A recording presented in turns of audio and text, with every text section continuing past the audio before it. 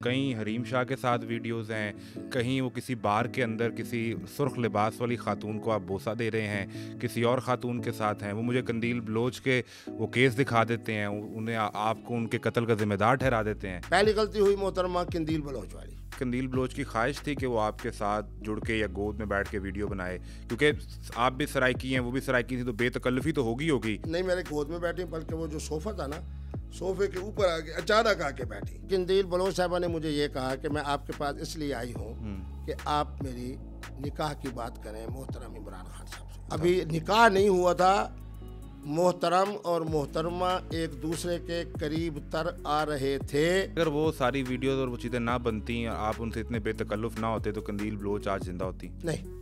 उन्होंने जो कुछ मुझे एक शख्सियत के बारे में, उनकी मौजूदा बीवी के बारे में, उनके उस ख़ानदान के बारे में, उनके साबिक खामद के बारे में जो कुछ बातें बताई कंदील बलोच ने। कंदील बलोच ने। वो शख्सियत कौन है, नाम लें? मोहतरम इमरान खान साहब कह रहे हो। अच्छा। बुशरा बीबी के बारे में, खाबर मानिका साहब के बारे में उस टाइम पे बताई। उस टाइम कंदील बलोच के मामले से आप निकले तो आपकी वीडियोस हरीम शाह के साथ आना शुरू हो गई। आप उनसे ये तक कह रहे हैं कि अपनी ज़बान बाहर निकाले, मैं बोसा दे लूँ इस पर। उसकी ज़बान को तो बोसा नहीं दे, मैंने तो अपने फ़ोन को बोसा दे रहा हूँ। मेरे यहाँ इस्तिमता भी जायज़ है। इस्तिमता का माने ये होता है कि जो मोहतरम और मोहतरमा की बाहमी रजामंदी के साथ ज़िंदगी इकट्ठे गुजारने का एक पैगाम आ जाए। अब ये कह रहे हैं कि एक लड़का और एक लड़की गर्लफ्रेंड बॉयफ्रेंड के रिलेशन में या लिविंग रिलेशनशिप में कहीं रह रहे हों और आपस में एक मुनाफा तय कर लें तो ये जायज़ है। पिछले कुछ 30-35 साल में आपके 60-70 निकाह हैं। नहीं, लेकिन ज़्यादातर जो छक्के लगे हैं वो उस ज़माने से लगे हैं जब से मैं पीटीआई में आया था। आखिरी निकाह कब किया? मेरे ख्याल में तकरीबन कोई 9 महीने पहले की बात हो। चाइनीज़ डांस भी? हाँ बिल्कुल। देखिए, मैं तो चाइनीज़ वाला डांस बिल्कुल दुरुस्त है। अब ये मेरी समझो तीसरी या चौथी गलती है। मैंने उसकी पिशानी पे बोसा दिया तसल्ली के लिए कि मैं तुझे बेटी समझ रहा हूँ, तुझे भतीजी समझ रहा हूँ, तुझे यतीमा समझ रहा हूँ। गर्दन पे प्यार मैंने इसीलिए किया ताकि उसको यकीन हो जाए कि मुफ्ती साहब की तरफ से जो तामुन होगा वो सही होगा। आप बहुत मासूम हैं मुफ्ती साहब। मुझे आंसू ना आ जाए। अस्सलाम वालेकुम जी, आप देख रहे हैं सुनो पॉडकास्ट। मैं हूं मोहम्मद आज़म। हम पॉडकास्ट में आपके पास डिफरेंट गेस्ट लेकर आते हैं और आज एक ऐसी शख्सियत से आपकी मुलाकात करवाने वाले हैं। इन्हें आप सब जानते हैं, लेकिन हमेशा इनके जानने का हवाला मुख्तलिफ मुनफरद भी होता है। कभी तनकीद की जद में रहते हैं और बहुत से लोग इन्हें पसंद भी करते हैं। मुफ्ती अब्दुल कवी साहब हमारे साथ मौजूद हैं। मुफ्ती साहब, बहुत शुक्रिया आपके आने का। खुश रखे। आपको बड़ा इंतज़ार करना पड़ा, लेकिन बहरहाल आपकी मोहब्बतों की वजह से मैंने कहा जाना ज़रूर है, तो आज मैं आपके यहाँ मौजूद हूँ और इंशाल्लाह गुफ्तगू ऐसी उम्दा होगी कि प्रोग्राम हमारा हिट हो जाएगा। बढ़ तो नहीं जाएगा? नहीं, बढ़ने वाला प्रोग्राम मुफ्ती साहब के पास है ही नहीं। तो चलें, जितना फिर हमने इंतज़ार किया है तो फिर हमें इजाज़त दें कि हर तरह का सवाल हम पूछें और बिल्कुल खुले उसके साथ, बल्कि आप पूरी कौम की नुमाइंदगी करें।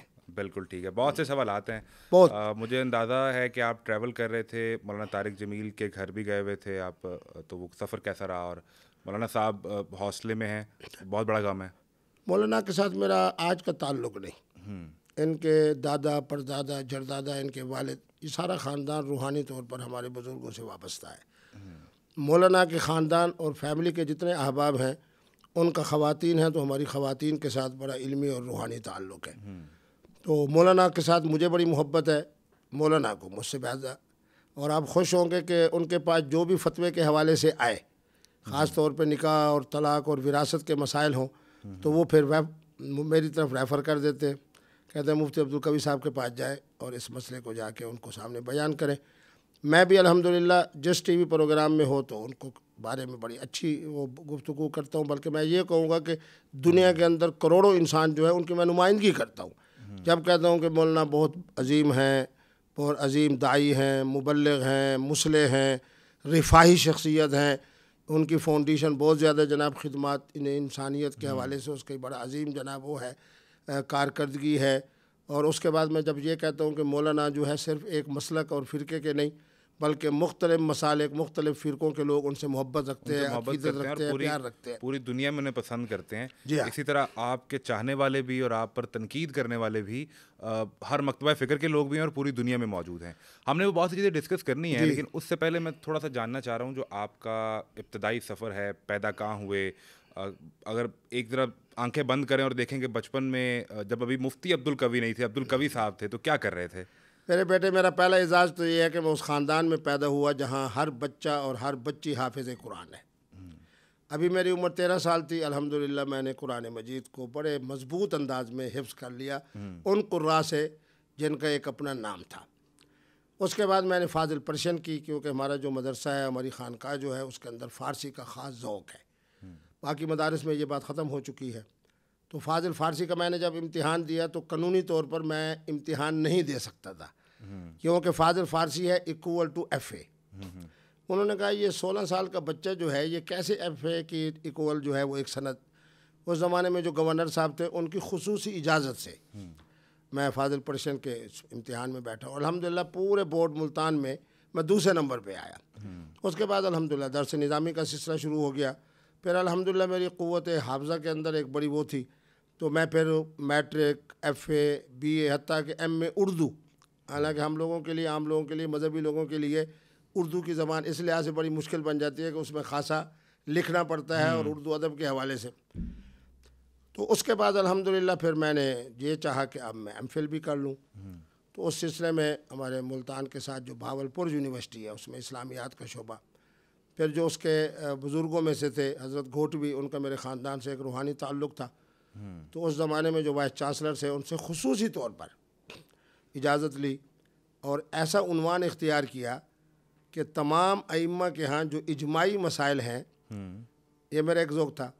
तो वो मेरे जो अपना उस मीटिंग में वाइस चांसलर साहब थे और हमारे यहाँ मुशरिफ़ कहते हैं, यानी वो जो हमारे इसको देखने वाले थे शख्सियत, उन्होंने कहा कि जी हर मसले में तो तकरीबन इख्तिलाफ है। मैंने कहा जी अखलाकियात में क्या इख्तिलाफ है, हुजूर की सीरत को जब हम सामने रखेंगे तो क्या इख्तिलाफ है, अक़ायद तौहीद को अगर सामने रखेंगे, रिसालत को सामने रखेंगे तो क्या इख्तिलाफ है। तो वो मुस्कराने लग गए। तो उन्होंने कहा कि ठीक है, आपको इस मौजू पर लिखने की इजाज़त है। फिर मैंने PhD के लिए रब्ता किया जामशोर यूनिवर्सिटी से। तो जामशोर यूनिवर्सिटी में मैं अभी इब्तिदाई मराहिल में था, तो वो मेरे जो मुशरिफ़ थे वो सिंधी थे और वहाँ के जो डीन साहब थे वो उर्दू स्पीकिंग थे। तो उस ज़माने में कुछ हालात सियासी तौर पे ऐसे हो गए थे कि पंजाबी और सिंधी बड़ा एक दूसरे से नफ़रत का ज़माना था।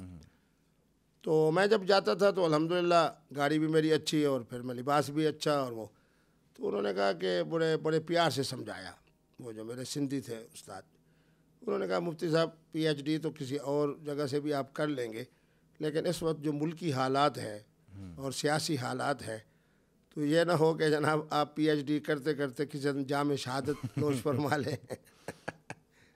तो फिर मैंने उसको तर्क किया। ये सब तो रही आपकी जो तालीमी करियर था, और फिर इसमें जो दीन की खिदमत आप कर रहे थे और ये दरस निज़ामी किया, MPhil किया, फिर किताब लिखी, तो एक दौरे जवानी भी होता है, तो उसमें आपके इर्द गिर्द कुछ हसीनाएँ भी होती हैं, कोई आपको पसंद आ जाता है, किसी को आप पसंद कर लेते हैं, वो दौर कैसा था?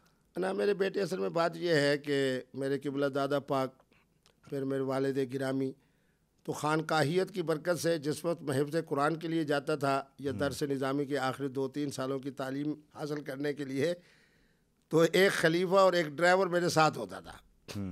तो यानी इस लिहाज से तो बड़ी उम्दा ज़िंदगी थी कि ख़ानदान का एक नाम है और बड़े बड़े अकाबिर को मैं देखता था, वो मेरे इंतज़ार में होते थे, उन्हें पता था कि मुफ्ती साहब के सर पे पगड़ी आनी है खानकाहियत की।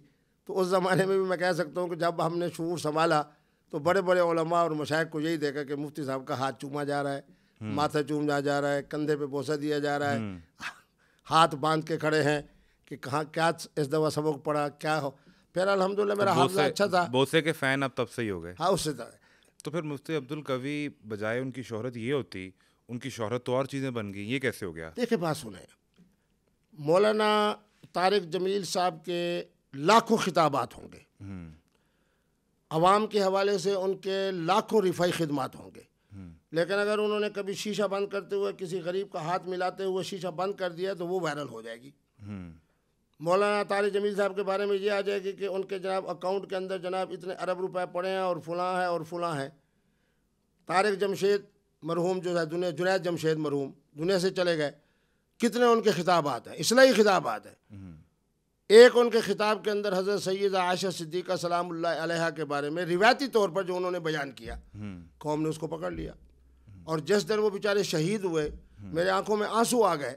मुख्तलिफ फ़िरक़ों वालों ने कहा वो देखो जी मर गया ना गुस्ताख, वो देखो जी क्यों ना अंजाम होया है, हर चीज़ सड़ गई है ना। तो बहरहाल मुफ्ती अब्दुल कवी साहब की हज़ारों जनाब दीनी खिदमत, मैं आज के ज़माने के जो मुफ्ती साहबान मुख्तलिफ चैनल्स पे आते हैं उनसे आप पूछें कि आपने जिस साल दौरा किया था तो क्या आपने किबला मुफ्ती अब्दुल कवी साहब की किताब मिफ्ताहुन नजा लिमुग़लक़ात सुन्नन वस्सिया पढ़ी थी? उन्हीं से मुफ्ती साहबान से पूछें कि मुफ्ती साहब का जो रिसाला है कि कैफियत जिनमें तलाक वाक़ नहीं होती आपकी मेज़ पर है? मुफ्ती साहब का वो रिसाला जिसमें मौलाना ने में मुफ्ती साहब ने लिखा कि बचपने का निकाह मुनाक़िद नहीं होता, वट्टे सट्टे का निकाह मुनाक़िद नहीं होता, सूए इख्तियार वाले का निकाह नहीं होता, क्या आपकी मेज़ पर है? फिर अगर कुछ सादा सा मुफ्ती साहब नहीं, जब मैं उनसे ये सवाल करता हूँ तो वो किताबें तो उनकी मेज़ पे होती हैं, लेकिन साथ ही वो फ़ोन में से निकालते हैं तो कहीं हरीम शाह के साथ वीडियोस हैं, कहीं वो किसी बार के अंदर किसी सुर्ख लिबास वाली खातून को आप बोसा दे रहे हैं, किसी और खातून के साथ हैं। वो मुझे कंदील बलोच के वो केस दिखा देते हैं, उन्हें आपको उनके कत्ल का जिम्मेदार ठहरा देते हैं। फिर वहाँ मैं खामोश हो जाता हूँ। बिल्कुल नहीं, आपको खामोश नहीं होना चाहिए। मुफ्ती अब्दुल कवी एक खुली किताब है। अल्हम्दुलिल्लाह मैं पहले रेडियो पाकिस्तान मुल्तान में आता रहा और 90 और 91 से मुस्तकिल मैं चैनल्स पे आ रहा हूँ। हर मौजू के ऊपर हलाले से लेके मुते से लेके फलां मसले तक जितने हसास मौजू आते हैं सब पे किबला मुफ्ती अब्दुल कवी साहब की गुफ्तगू है। हाँ, जितने मुतनाज़े मौज़ूआत हैं। अब आ जाए मुतनाज़े मौजूआत पे, बड़ा अच्छा है। मैं देखे बड़ी खुली उसकी तीनों वाक़यात हुए, तीनों की गलती मैं तस्लीम करता हूँ। अब आपने मुफ्ती साहब इल्म है, इतने बड़े ख़ानदान से हैं, आपका रूहानी ख़ानदान है, आपके जद्द आला का इतना बड़ा नाम है, खासे वाले पीर आप मशहूर हैं पूरे जनूबी पंजाब के अंदर, झंग के अंदर आपकी खानका, मुल्तान के अंदर आपकी खानका, भावलपुर खैरपुर टामी वाले के अंदर आपकी खानका, फिर आपकी ये किताबें जो मैं बता रहा हूँ, फिर ये गलतियाँ क्या है? हाँ, ये सवाल देखो मैं हकायक गलती है। पहली गलती क्यों हुई? पहली गलती हुई मोहतरमा कंदील बलोच वाली। आप समझते हैं कत्ल के जिम्मेदार आप हैं? ना ना, गलती और बात है। कत्ल का जिम्मेवार तो कत्ल का जिम्मेवार जो है वो तो आज तक जेल में पड़ा हुआ है। मुफ्ती अब्दुल कवी साहब पहली पेशी पे फारिग। मैंने जब जज साहब ने पूछा कि मुफ्ती साहब आप कुछ गुफ्तगू करेंगे, मैंने कहा हाँ। मैंने कहा 18 करोड़ की आबादी में से किसको मैंने टेलीफोन करके कहा कि ये काम करो? हाँ जी, सरकारी वकील साहब। लेकिन आपने कंदील बलोच से रब्ता किया और उस प्रोग्राम के बाद उन्होंने ये कहा कि आए मैं आपको दीन के बारे में कुछ सिखाना चाहता हूँ। फिर प्राइवेट कमरे में वो मुलाकात हुई, उसकी वीडियोस वायरल हुई और वहाँ से वो मामला शुरू हुआ। उसके ख़ानदान वाले तैश में आए, वो इतना बड़ा मामला बन गया कि आखिरकार एक खातून को जान से हाथ धोना पड़ा। बात यह है कि मैं रोए दिलाल कमेटी का मेंबर था, फिर निकाल दिए गए। मैं नहीं, वो तो मैंने खुद कहा उनको, क्योंकि जिस वक्त अच्छा जिन बेचारों ने जनाब मुझे कहा चलो निकालने का लफ्ज़ कह देते हैं, हाफिज़ अब्दुल्ला साहब के साथ जो कुछ हुआ है अल्लाह दुश्मन के साथ भी ना करे। धमाके के अंदर जो कुछ उनके साथ हुआ उनसे पूछें कि अब आपके अंदर कोई सिफात हैं जो एक इंसान में होनी चाहिए। जिस मिनिस्टर साहब ने मुझे हटाया उस मिनिस्टर साहब मुझे कई दफ़ा मिले, सरदार साहब, उन्होंने मेरा हाथ पकड़ा और माजरत की। बहरहाल ये सारे ज़िंदगी के, मैं उस वक्त था खड़ा कहाँ, मोहतरम इमरान खान साहब के साथ। दूसरी जमात जिनके मैंने 2 नाम लिए, उनके हजरात जब टेलीविज़न पे आते थे तो अल्हम्दुलिल्लाह जिस तरह टीम उड़ा के ले जाती है, जैसा मैं छक्के मार के उनको टीवी प्रोग्राम में फारिग कर देता था। अब गलती क्या है मुझसे? क्योंकि मैं हकायक को मानता हूँ, मुल्तानी होने की वजह से, अच्छा, सराकी होने की वजह से, हज़रत सैयदना इमाम ज़ैनुल आबिदीन का नातिया कलाम सुनाने की वजह से, मेरे कमरे में आने की वजह से, अब उसके अंदर ये नरम गोशे मेरे अंदर इसलिए पैदा हुए कि मैंने उनको टाइम दिया कि आप अगर मेरे यहाँ आएँ तो आए। हालांकि मैं उनसे नीचे मिलने के लिए बैठा था, उन्होंने कहा नहीं कमरे में चलते हैं, मेरे साथ और लोग भी आए, हम कमरे में। ये कंदील बलोच की ख्वाहिश थी? कंदील बलोच की ख्वाहिश थी कि आपके कमरे में मैं जाती हूँ। सिक्योरिटी के बड़े मसाइल थे। सिक्योरिटी वाले से मैंने बात की, वो मुस्करा के कहने लगा कि ठीक है अगर मुफ्ती साहब आप कहते हैं तो ये 7-8 लोग आपके साथ जाए। मोहतरमा से मैंने कहा, मैं हल्फन कह रहा हूँ कि मोहतरमा पहले आप बताएं। उन्होंने कहा नहीं, ये जो हजरात बैठे हैं इनके मसाइल को सुने। मैंने पौन घंटा उनके मसाइल को सुना, वो बैठी रही। फिर उसके बाद सब हजरात जब चले गए तो उसके बाद उन्होंने अब मेरे साथ मुल्तानी ज़बान बोलनी शुरू कर दी। सराइकी ज़बान के अंदर मेरे साथ गुफ्तगू कर रही हैं। हज़रत सैयदना इमाम ज़ैनुल आबिदीन का नातिया कलाम सुना रही हैं। मुझे कायल करने की कोशिश कर रही हैं कि जिस तरह आप आलिम ऑनलाइन प्रोग्राम में आए हैं तो मुझे भी उसके अंदर जनाब शिरकत का मौका मिलना चाहिए। और उसने ख़ुद कहा कि 3 दफ़ा मुफ्ती साहब ने अपनी गुफ्तगू के अंदर मुझे कहा बेटी, और जब मुझे रवाना किया तो इस तरह रवाना किया कि जिस तरह एक बाप बेटी को रवाना करता लेकिन उससे है। पहले ये कंदील बलोच की ख्वाहिश थी कि वो आपके साथ जुड़ के या गोद में बैठ के वीडियो बनाए, क्योंकि आप भी सराइकी हैं, वो भी सराइकी थी, तो बेतकल्लुफ़ी तो होगी। तो उसके बाद फिर वो हाँ नहीं, वीडियोस बड़ी बन आला गई। बात है। वो आपका जो उनकी ये भी ख्वाहिश खूबसूरत टोपी आपने पहन रखी है, वो भी उनके सर पे आप पहना रहे थे, वो सब वीडियो एक है उनकी मेरी टेलीफोन गुफ्तगू, उस पर उसने यही कहा कि आप मेरे यहाँ तशरीफ़ लाएं, मेरे घर में आएँ। फिर टीवी का एक प्रोग्राम हुआ तो उन्होंने कहा कि मुफ्ती साहब आप इस मोहतरमा के उस कमरे में भी जाएंगे। तो मैंने जिस तरह मज़ा होता है, मैंने कहा ये मेज़बान और मेहमान का एक सवाबदीदी इख्तियार है। सही। तो जहाँ ये मुझे कमरे में बिठाएंगे मैं बैठूंगा यकीनन। अब मुझे नहीं मालूम कि वहाँ जाके नहीं, इनका वो वीडियो कैसे बनी जिसमें वो आपकी गोद में बैठ रही थी, ना साथ ना ना बैठी ना थी? वो हाँ नहीं, वो जो आप बात फरमा रहे हैं वो होटल की बात है। जी, वो उसी के मेरे बाद। होटल के कमरे में आई, नहीं मेरे गोद में बैठी, बल्कि वो जो सोफ़ा था ना, सोफे के ऊपर आके अचानक आके बैठी। वो आपके लिए तो नामहरम थी ना, आप भी उनके लिए तो नामहरम। इसलिए अब मेरी दो सूरतें थी, बड़ी आला बात है।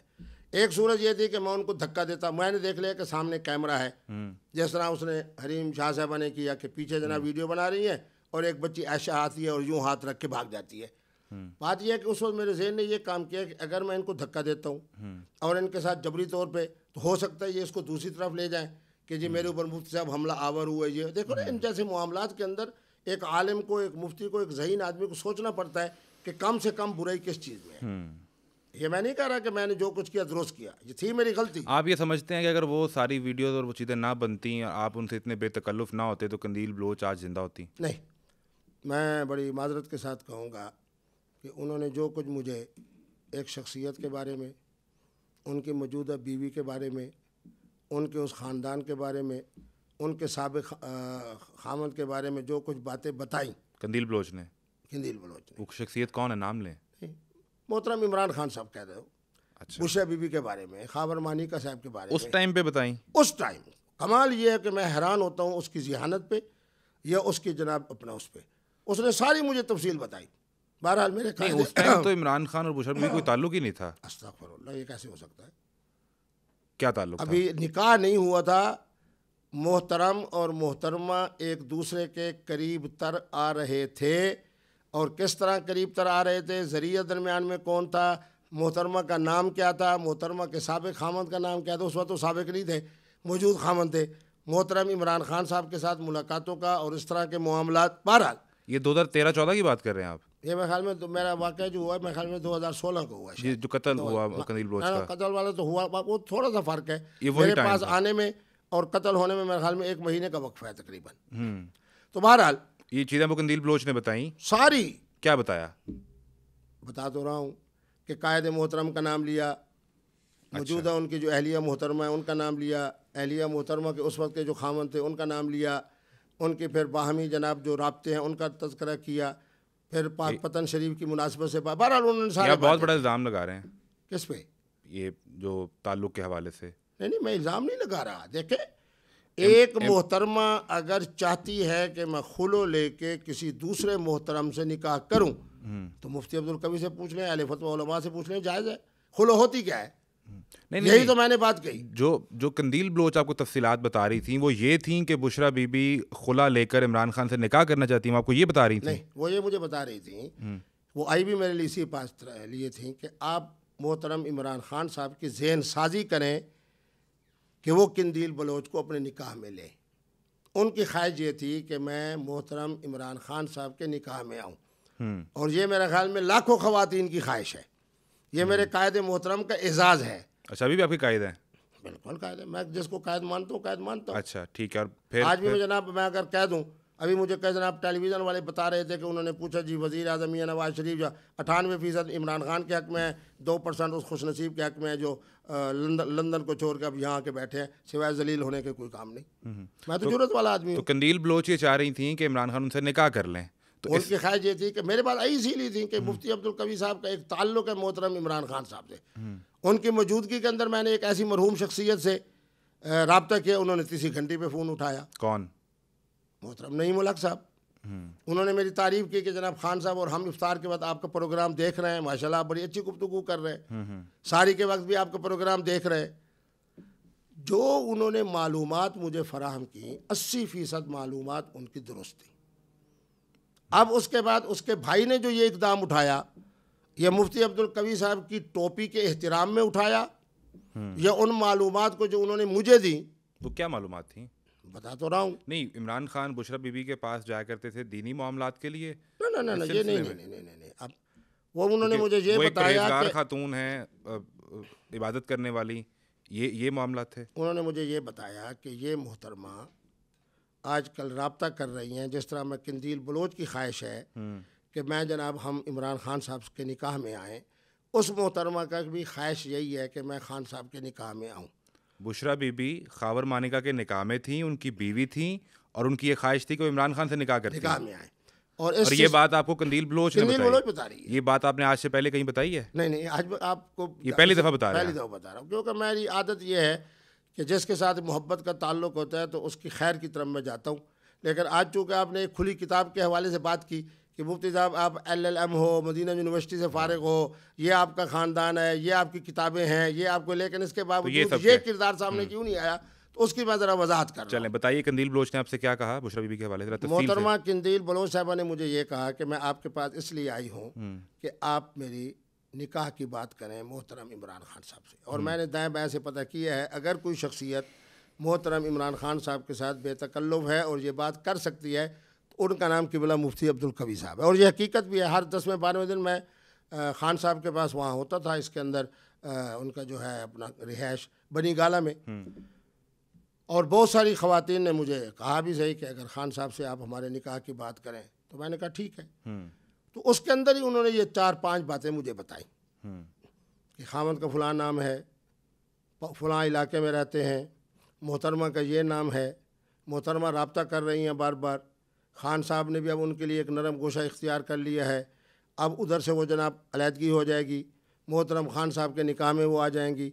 उनके आने से पहले अगर मुफ्ती अब्दुल कवी साहब आप बात कर लें मेरे निकाह के हवाले से, तो मैंने कहा ठीक है। आज आपके प्रोग्राम के तवज्जो से बता रहा हूँ कि टाइम तय हो गया कि ईद के 13 दिन के बाद, रमज़ान मुबारक का ये वाक़या था कि भाई जनाब आप मुझे वहाँ इस्लामाबाद बुला लें, मुफ्ती साहब आप भी मुल्तान से इस्लामाबाद आ जाएं, फिर आप मोहतरम इमरान खान साहब से बनी गाला में इस तरह की बात चलाएं। ठीक है। तो मैंने कहा ठीक है, बात चलाने में क्या हर्ज है, निकाह का मामला है।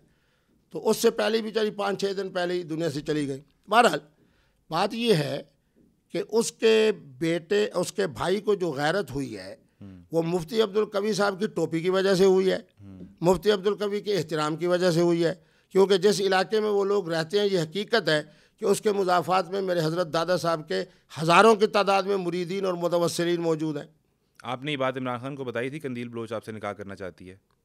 नहीं, मैंने मोहतरम नईम उल हक साहब से मेरी चूँकि बेतकल्लुफ़ी थी, तो उन्होंने मुझे कहा कि जी फिर खान साहब से आप ख़ुद बात करना।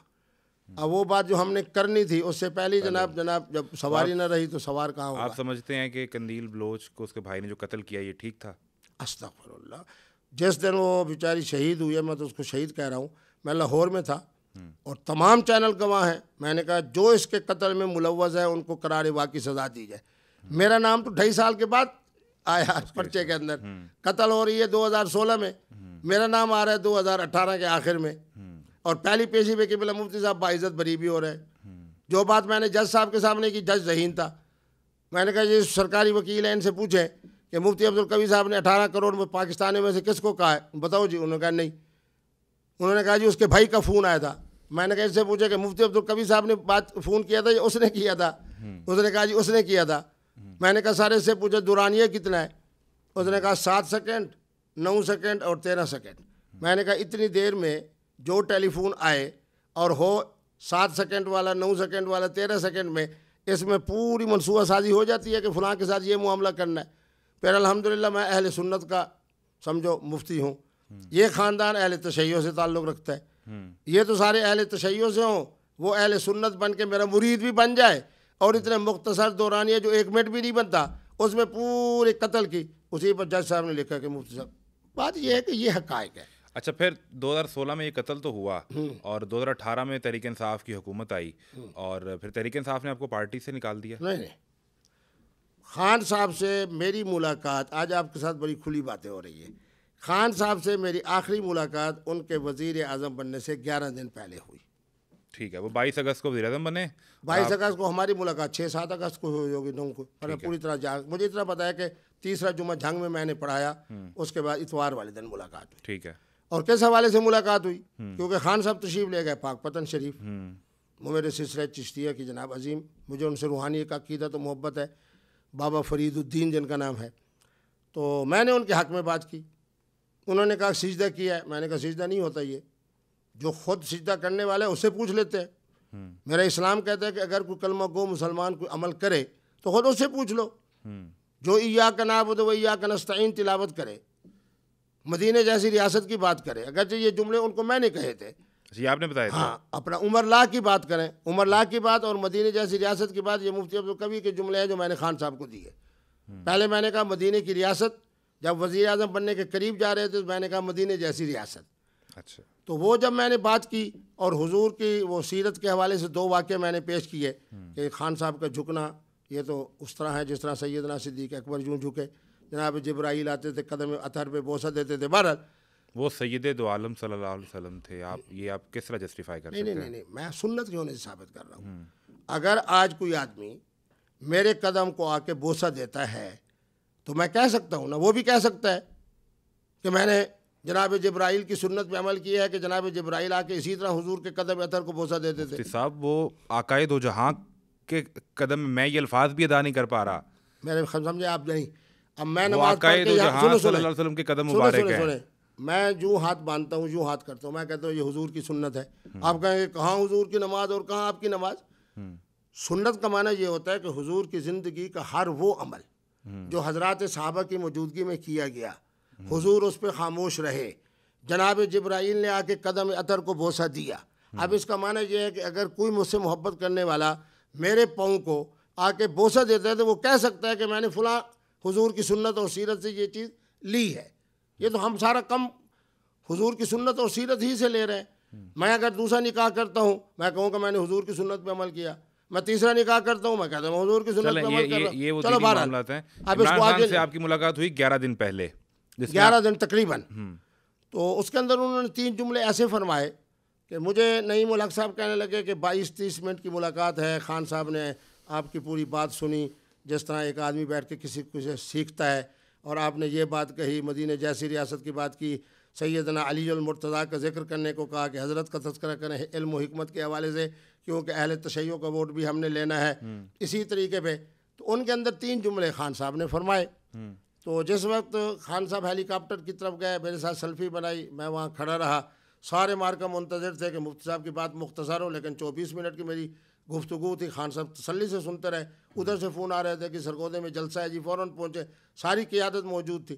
जिस वक्त हेलीकॉप्टर उड़ने लगा खान साहब ने जनाब फिर सलाम किया, जब उड़ा फिर सलाम किया, मुझे नईम उल हक साहब कहने लगे मुफ्ती साहब मुबारक हो, हमारी हुकूमत आ रही है और आपके लिए ये ओहदा होगा, ये ओहदा होगा, वज़ीर मज़हबी अमूर जो भी होगा, क्योंकि मैंने तो नहीं था मुशीर मज़हबी और इस तरह फलां के कौंसल के चेयरमैन। तो बंदा मैं दिलेर हूँ, नईम उल हक साहब से मेरी बेतकल भी थी। मैंने कहा आपकी हुकूमत आएगी तो मुझे ये ओहदे मिलेंगे। उन्होंने कहा खान साहब हम तो आ रहे हैं, मुफ्ती साहब हम तो आ रहे हैं। मैंने कहा आप नहीं आ रहे, आप ले जा रहे हैं। अच्छा, आपने ये बात उस वक्त कह दी।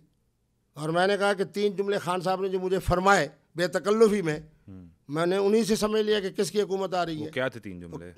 अब जब खुली बातें हो रही हैं अब तो हुकूमत आई चलेगी, सब जानते हैं कैसे हुकूमत लाई गई। भी मैं समझता हूँ कि जो कैफियत है, जिनको मैं फरिश्ता कहता हूँ, जिनको ज़िया उल हक साहब के ज़माने से मैंने बड़ा करीब देखा, परवेज़ मुशर्रफ साहब के साथ तो मेरी बेहतरीन यारी और दोस्ती थी। तो माना ये है कि इन्हीं हजरात की बरकत से पाकिस्तान की इज़्ज़त भी है, पाकिस्तान की अज़मत भी है। अब एक तरफ हाफिज़ कुरान, एक तरफ सैयद बादशाह, एक वो शख्सियत जिसमें जब वो कर्नल थे और मदीना मुनव्वरा में थे, मैं अभी उम्रे के लिए गया, 4 दफ़ा मेरी मुलाकात भी हुई। तो मैं तो बहरहाल उनके इदारे को इसलिए सलाम पेश करता हूँ कि पूरी दुनिया के अंदर अगर मैं गया हूँ तो इसी इदारे की वजह से हमारी इज़्ज़त है, इसी इदारे की वजह से हमारी अज़मत है। वगैरह इस मुल्क के जितने वज़ीर आज़म आए हैं मैं उनको खुश नसीब तो नहीं समझता। अच्छा मुफ्ती साहब, अगस्त 2018 में आपकी आखिरी मुलाकात हुई इमरान खान से, और उससे पहले 2018 के शुरू में शादी हो चुकी थी, बुशरा बीबी से निकाह हो चुका था। तो जब वो निकाह हुआ तो आप तो बता रहे हैं कि आपको इसका 2015-16 में पता था, तो उस वक्त लोगों ने आपसे रब्ता किया, क्या बातचीत हुई? मेरे बेटे बात ये है कि खान साहब को मैं समझता हूँ कि अल्लाह ने बड़ी सलाहियतें दी है। मैं 2012 जनवरी के अंदर पाकिस्तान तहरीक इंसाफ में बड़े एजाज़ के साथ, आप अगर वो देखेंगे कि सेक्रेटेरिएट के अंदर जिस वक्त मैं शामिल हो रहा हूँ, मेरी तकरीर भी मौजूद है, खान साहब ने जो चीज़ मेरे बारे में फरमाई वो भी मौजूद है। उस ज़माने की क़ियादत जवेद हाशमी साहब भी मौजूद हैं, शाह महमूद साहब भी मौजूद हैं, फ़लाँ साहब भी मौजूद हैं, फ़लाँ साहब भी। इतने एजाज़ के साथ कोई आदमी चाहे जितना बड़ा लीडर भी हो, चाहे आज वो वाइस चेयरमैन हो, चाहे उस ज़माने के अंदर कोई साहब प्रेसिडेंट हो, कोई आज जनाब आज सेक्रेटरी जनरल हो या पहले सेक्रेटरी जनरल हो, इतने एजाज़ के साथ कोई शख्सियत पाकिस्तान तहरीक इंसाफ में शामिल नहीं हुई जितने एजाज़ के साथ किबला मुफ्ती अब्दुल कवी साहब शामिल हुए। कि पहले मेरे पास सेनेटर जो है आजकल एजाज साहब, एजाज चौधरी साहब, उनको भेजा गया, 2-3 दफ़ा आए। शाह महमूद साहब मुझसे रब्ते में रहे। फिर उसके बाद मैंने जिस वक्त कहा कि जी मैंने अब ऐलान करना है, खान साहब ने ख़ुद फ़ोन उठा के मीडिया सेल को कहा कि भी कल इतने बजे मुफ्ती साहब ने जमात में शामिल होना है, तमाम इलेक्ट्रॉनिक मीडिया को बता दिया जाए। और जितनी इलेक्ट्रॉनिक मीडिया थी वहाँ 25 थे, 26 थे, सब थे। और मैंने क्या कहा, खान साहब ने मेरे बारे में आज तक हर चीज़ मौजूद है। फिर हर 12वें, 13वें, 14वें, 15वें दिन मैं फिर कोर कमेटी का मेंबर भी था, सेंट्रल कमेटी का मेंबर भी था, अहम से अहम जो मुशावरत होती थी। और मुझे ये एजाज़ हासिल होता था कि खान साहब जब सीधा पे चढ़ के सेक्रेटेरिएट में अंदर अपने कमरे में जाते थे, 2-3 लोगों को इजाज़त होती थी, उसमें मैं भी शामिल होता था, जो बराह रास्त कमरे में चले जाते। बराह रास्त। इसी तरह हर 12वें, 14वें दिन जनाब बनीगाला में मैं जाके नाश्ता खान साहब के पास ही करता था। फिर जिस दावत में जाना होता था, अगर उसी दिन को 2-4 दावतें होती थी, दोपहर का खाना, रात का खाना, तो खान साहब की गाड़ी में बैठ के मैं जाया करता था। तो जब इतनी कुर्बत थी तो बुशरा बीबी के निकाह से पहले रब्ता किया, आपसे मशवरा मांगा उन्होंने कि मैं ये निकाह कर लूँ? मैंने जब उनको एक बात बता दी थी कि आपकी जो शादी होनी थी वो हो गई, उससे अल्लाह रब्बुल आलमीन ने आपको बेटी भी अता फरमा दी है। अब आपने निकाह के साथ ज़िंदगी गुजारनी है। और निकाह का माना ये है कि 2-3 और अब्बास साहब हो जाएंगे, फुला नहीं मुलक साहब हो जाएंगे। पता है वो बेटी वाला केस अभी चल रहा है और खान साहब ये हमारे ताल्लुक से पहले उसे ऑन नहीं करते। वो करें ना करें, ये मेरी अपना जमात में आने से पहले खान साहब से मोहब्बत से पहले का मामलात है। माजी का तज़किरा वैसे भी हमें नहीं करना चाहिए, क्योंकि हुकूकुल्लाह के जितने मामलात होते हैं वो कान के पकड़ने से अल्लाह माफ़ कर देते हैं। तो बहरहाल उसका तज़किरा हमने नहीं करना। ठीक है, हमने उस वक्त का तज़किरा करना है जब जनवरी सन 2012 में किबला मुफ्ती साहब PTI में शामिल हुए। तो आपने खान उसके बाद खान साहब के 2 निकाह हुए, एक रेहाम खान साहब एक मोहतरमा रेहाम बीबी से और एक जनाब मोहतरमा बुशरा बीबी से। और दोनों निकाहों के हवाले से वो चूँकि ऑन एयर हो रहा था मुहर्रम के अंदर, तो मैंने नहीं मुलक साहब से माजरत की कि 7 मुहर्रम को आके मैं निकाह नहीं पढ़ा था। अच्छा, पहले आपको कहा गया? हाँ, वो मुझसे रब्ता किया गया और निकाह के बारे में कि जनाब आप, मैंने कहा नहीं। अच्छा, जो निकाह अब आपके प्रोग्राम के हवाले से जो ऑन एयर आया, इससे पहले निकाह हो चुका था। हाँ जी, वो ये तो है। अच्छा, बहरहाल इस निकाह के लिए तो इसका मतलब है वो जो केस चल रहा है इद्दत में निकाह वाला, वो निकाह इद्दत में हुआ था? ना, आप जिस तरफ जा रहे हैं वो बुशरा बीबी का, मैं पहले वाली बात कर रहा हूँ, रेहाम खान के निकाह की बात रेहाम है। की। ठीक है, रेहाम का पहले निकाह हो चुका था। ये जो 7 मुहर्रम को हुआ, तो मैंने कहा कि मैं ज़ौक़ आदमी नहीं हूँ कि मुहर्रम के अंदर खान साहब का निकाह पढ़ाने के लिए आऊँ और इसको ऑन एयर करूँ, बल्कि नहीं मुलक साहब मरहूम को मैंने कहा इसके अंदर बहुत बड़ी साजिश होगी। मुफ्ती अब्दुल कवी साहब के फतवे के मुताबिक 2 गवाह मोहतरम और मोहतरमा की रजामंदी, वो निकाह हो चुका है। तो उन्होंने कहा नहीं, वो कह रही है। खान साहब की एक खूबी है कि अपनी बेगमात के मामले में जो वो कहते जाएं और उसके मुताबिक वो चलते जाते हैं। बहरहाल तो उसके बाद जनाब रेहाम बीबी के जो मामलात हैं वो आपके सामने हैं। तो बुशरा बीबी के बारे में जब ये मुझे बताया गया कि इस तरह का कुर्ब और ताल्लुक़ है, तो मेरे ज़हन में आ गया था कि खान साहब यकीनन मेरे फतवे के मुताबिक निकाह ही करेंगे, बद अखलाक़ी की तरफ नहीं जाएंगे, बदकिरदारी की तरफ नहीं जाएंगे। क्योंकि मैंने पूरे अपनी जितनी टीम क़ियादत PTI को कह दिया था कि निकाह आसान करो और मैं निकाह पढ़ाऊँगा, लेकिन मेरी मौजूदगी के अंदर कोई चीज़ ये ना हो कि फ़लाँ का फ़लाँ से ताल्लुक़ जो है वो गैर अखलाक़ी है। तो इस चीज़ को मैं बर्दाश्त यानी आपने सबको ये पैगाम दे दिया था कि कोई लड़की पसंद आए उससे निकाह कर लो और उसके बाद जो मामला आप करना चाहो वो कर सकते हो। नहीं, और खान साहब को भी आपने यही समझाया, जिसके नतीजे में उन्होंने रेहाम खान और बुशरा बीबी से निकाह किया। ये मैं आपके अल्फाज दोहरा रहा हूँ। नहीं, मेरे अल्फाज यूँ दोहराए हैं कि मुफ्ती अब्दुल कवी साहब के आ जाने के बाद मैंने उनको कहा कि जो मोहतरमा आपसे ताल्लुक़ रखना चाहती है, उससे आप निकाह के ज़रिए ताल्लुक़ रखें, क्योंकि ये इतने लोग थे, ये जितने हजरात, ये इतने कदर अहम थे कि खान साहब के लिए तो मैं कहूँगा कि हज़ारों की तादाद में ख़वातीन की ख्वाहिश थी कि वो मोहतरम खान साहब के निकाह में आए। चलें फिर ये बताएं कि किसी और से भी निकाह किया जो ऑन रिकॉर्ड नहीं आ सका? नहीं, बात यह है कि देखें, निकाह करना जुरत का नाम है। ये जुरत मुफ्ती अब्दुल कवी में होती है और मोहतरम इमरान खान में होती है। मैं इमरान खान की बात कर रहा हूँ, ये दो तो ऑन रिकॉर्ड। मोहतरम इमरान खान साहब उसके बाद बड़े मोहतात रहे। मेरे इस फतवे के बाद कई ख़वातीन, जनाब सूबा खैबर पख्तूनख्वा की कई ख़वातीन ने मुझे कहा कि हमारी मुलाकात कराएं मोहतरम खान साहब से। मैंने मुलाकातें भी कराई, लेकिन इसीलिए कि जिस वक्त कोई पैगाम निकाह दे तो एक दूसरे को देखना, चूँकि शरन दुरुस्त है, तो इसलिए मैंने मुलाकात कराई, लेकिन खान साहब ने माजरत की। तो जो बुशरा बीबी वाला निकाह किया, तो ये ओरिजिनली निकाह का प्लान ही था या शादी करके वो घर पे लेके आना था? इस मौके के ऊपर मैंने चूँकि माजरत की हुई थी, तो इसलिए माजरत की वजह से ये मोहतरम हमारे मुफ्ती सईद साहब जो हैं जी, ये निकाह उन्होंने पढ़ाया। ठीक है। और मैंने पहले भी कहा है कि उनका निकाह पढ़ाना शरन भी दुरुस्त है, कानूनन भी दुरुस्त है। इस पर खासी बात हो चुकी है। बहरहाल ये निकाह इद्दत में था? अगर इद्दत देखें शरी, तो पहला निकाह इद्दत शरी के बाद हुआ है, दूसरा निकाह पाकिस्तान के कानून के मुताबिक हुआ है, जहाँ 90 दिन का वक्फा है। तो कोई मसला नहीं है, तो दोनों सूरों में दुरुस्त है। पहले वाला निकाह भी दुरुस्त, वो शरी निकाह है, और ये जो दूसरा निकाह हुआ ये कानूनी निकाह है। इमरान खान इस निकाह के नतीजे में, ये शादी के नतीजे में वज़ीर-ए-आज़म बने? नहीं, मेरे ख्याल में खान साहब अकीदे के हवाले से इतने कमज़ोर नहीं है कि वो ये समझें।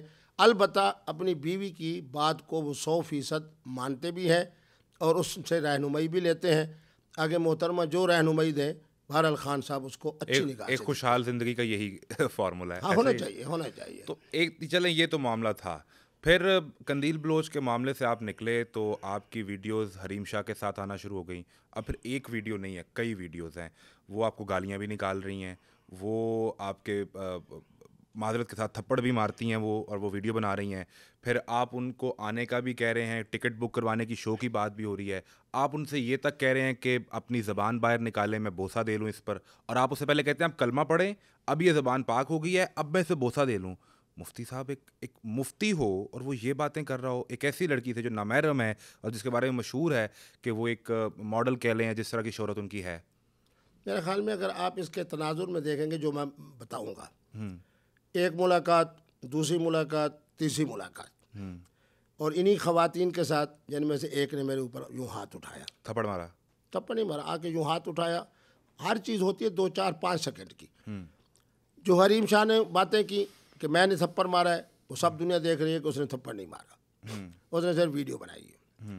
सूरत हाल ये है कि मैं उसको कलमा तैयबा पढ़ने के लिए क्यों कह रहा हूँ, इसलिए कि उसने कहा कि मैं हाफिज़ कुरान हूँ। अब देखें ना, मैं अपनी गलती की वजूहात बता रहा हूँ। जब आदमी को खुदा न खासा किसी आजमाइश में आता है तो किसी गलती की वजह से ही आता है। गलती जस्टिफाई कर रहे हैं? हाँ, बिल्कुल, मैं तो हक़ाइक़ तस्लीम करता हूँ। ठीक है, मैं क्यों ना अपनी गलती तस्लीम करूँ। ठीक है। मुझे वो कह रही है जी मैं हाफिज़ कुरान हूँ, मैंने कहा मैं भी हाफिज़ कुरान। उन्होंने कहा 5 साल मैंने फ़लाँ मदरसे के अंदर, आज तक मैंने उस मदरसे का नाम नहीं लिया, मेरी ख़ानदानियत है। 5 साल दीन पढ़ा है, फ़िक़्ह पढ़ी है, बड़ा अजीम मदरसा है जहाँ ख़वातीन की इस्लाह होती है, जहाँ से आलमा बन के बेटियाँ निकलती हैं। फिर मुझे कहा कि मैं सैयद बादशाह हूँ। सैयद सादात के लिए भी हमारे लिए बड़ा नरम गोश है। हम सराइकी के लोग, अंदरून सिंध के लोग सादात से बहुत ज़्यादा एहतराम करते हैं। आज भी बड़े बड़े जागीरदार, उनको मैं देखता हूँ कि अगर कोई आदमी कह देता है मैं सैयद हूँ तो वो फ़ौरन हाथ भी बांध देते हैं। और जनाब, अब इन तमाम चीज़ों के बाद अब वो मुझे कह रही हैं कि जी फ़लाँ चैनल है जी। मैं तो उस चैनल की बदबख्ती पे हैरान होता हूँ कि टिकट मुझे वो भेजें, रिहाइश मुझे वो दें, अगले दिन 2 प्रोग्राम वो लें, दोनों प्रोग्रामों के अंदर इसी तरह उम्दा गुफ्तगू हो जिस तरह आपसे हो रही है। अगर वो प्रोग्राम आज भी वो चला दें, वायरल हो जाए। उन गधों ने और उस गधे इंतज़ामिया ने मुझे डाल दिया जनाब अपना इसके खाते में, हरीम शाह के खाते में। मैं उन्हीं के जनाब वहाँ तैयार हो रहा हूँ, बातें वो कर रही है। मैं जनाब उन्हीं के स्टूडियो में बैठा हूँ, पानी वो डाल रही है।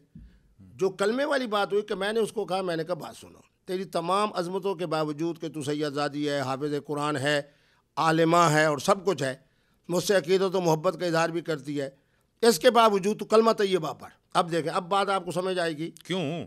इसलिए कि जनाब मुझे यकीन हो जाए कि जो कुछ तू कहेगी सच कहेगी, झूठ नहीं बोलेगी, धोखा नहीं करेगी, खयानत नहीं करेगी। इस कलमा तैयबा पढ़ने के बाद तो बात ही नहीं हुई, आपने कहा ज़बान बाहर निकालो, मैं ओ बोसा हो, लूं तो और वही बात फोन मैं बंद हो कह रहा गया। हूँ ना, मेरे तनाजुर में देखे ना, वो मुझे कह रहे, मैंने कहा तुम मुझसे राब्ता इसलिए नहीं करो क्योंकि मुझसे फलां चैनल वाला राब्ते में है, टिकट भी मुझे वही दे रहे हैं, रिहाइश भी मुझे वही दे रहे हैं। अब इसके दरमियान इसका फ़ोन आता है। अब फ़ोन क्या आता है, आज जिंदा है, पूछ लें उससे कि जनाब मुफ्ती साहब मैं वहाँ बतौर एंकर के आ रही हूँ, ठीक है, तो एक आप होंगे, एक वो MQM वाले भाई सत्तार साहब होंगे, ठीक है, एक फलां खिलाड़ी साहब होंगे, तो इस तरह मैं 3-4 का इंटरव्यू करके मेरा प्रोग्राम वायरल हो जाएगा, मुझे इतनी इन्होंने तनख्वाह दी है, मुकर्रर दी नहीं है, मुकर्रर की है, तो आपके प्रोग्राम की वजह से मेरी मुलाजमत पक्की हो जाएगी। अब मुफ्ती अब्दुल कवी का ज़हन इस तरफ जा रहा है कि चलो ये ज़बान की जो इसकी है मनफी बात है उससे ये बच के चलो एक प्रोग्राम की तरफ आ रही है, चलो इसका एक बाइज़्ज़त रोज़गार बन जाएगा। या मैं अब अपनी गलतियाँ बता रहा हूँ, जो मेरे अंदर एक नरम गोशा पैदा हो रहा है, बाइज़्ज़त रोज़गार इसका जब बन जाएगा तो लोगों के दिल नहीं दुखाएगी, मनफी बातें नहीं करेगी, इल्ज़ामात। अब उसने जब ये सारी बातें की, उसने वो उसको वायरल नहीं किया कि ये मुफ्ती साहब से फ़ोन पे बात हो रही है।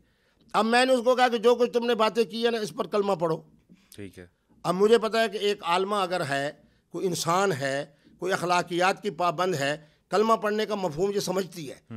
उसके ऊपर जब उसने कलमा पढ़ा, अब मैं अपने फ़ोन पे कह रहा हूँ कि तुम ज़बान निकालो, ताकि ये तुम्हारा आहद पैमान, इसको मैं जनाब को करूँ, सलाम पेश करूँ इस तरीके से। देखें हिकमत, मेरी बात सुने। अब मैंने तो अपना उसकी ज़बान को तो बोसा नहीं दिया, मैंने तो अपने फ़ोन को बोसा दे रहा हूँ, सिर्फ उसको ये बताने के लिए कि तुमने अपने उन तमाम चीज़ों से जो तुम्हारी दिल दुखाने की, लोगों के ऊपर इल्ज़ाम तराशी की, मनफी सोच की, मनफी अंदाज से जब तौबा तायब हो के कलमा पढ़ रही हो और कलमे को बतौर एक गवाह बना रही हो, इतनी बड़ी तौबा। अब मैं उस सादगी में जा रहा हूँ। नहीं, कोई भी खातून या कोई मर्द आपके पास आए, अपनी किसी पुरानी गलती पर माफ़ी मांगे या तौबा करे, कलमा पढ़े, तो आप इसी तरीके से उसकी ज़बान निकलवा कर बोसा करते हैं? मेरे बेटे, बोसा मैं अपने मोबाइल फ़ोन को दे रहा हूँ। मैंने तो अगले को अजमत बतानी होती है कि तेरी तौबा अल्लाह के यहाँ इस कदर अब पसंदीदा हो चुकी है कि तुम अपने आलम होने की वजह से, हाफिज़ कुरान होने की वजह से तुम्हें मालूम है कि कलमा पढ़ने का मकसद क्या है, लेकिन अगली को पता ही नहीं। मतलब आप समझते हैं इसमें कोई बुरी बात नहीं थी? नहीं, बुरी बात थी। देखें फिर आप ये इखलाकी तौर पे कोई बुरी बात नहीं थी इसमें? मैं इसको ये समझ रहा हूँ कि ये वो मेरी गलती है जो बुनियादी वजह ये थी। अच्छा। और इसके अंदर जनाब अपने जो कुछ मैंने उसके साथ नरमी का गोशा किया वो 4 वजह थी कि सैयदादी है, ठीक है, हाफ़िज़ कुरान है, आलिमा है। अब मुझसे जनाब अपनी मनफी जो बातें हैं उनकी तौबा कर रही है। मुफ्ती साहब, आपकी हरीम शाह से कहाँ और किस किस सूरत में मुलाकातें रहीं? एक दफ़ा मैंने उनको कहा कि आपकी बुलानी मेरी ये मुलाकात, तो उस सादा ने कह दिया कि जी वो मैं नहीं थी।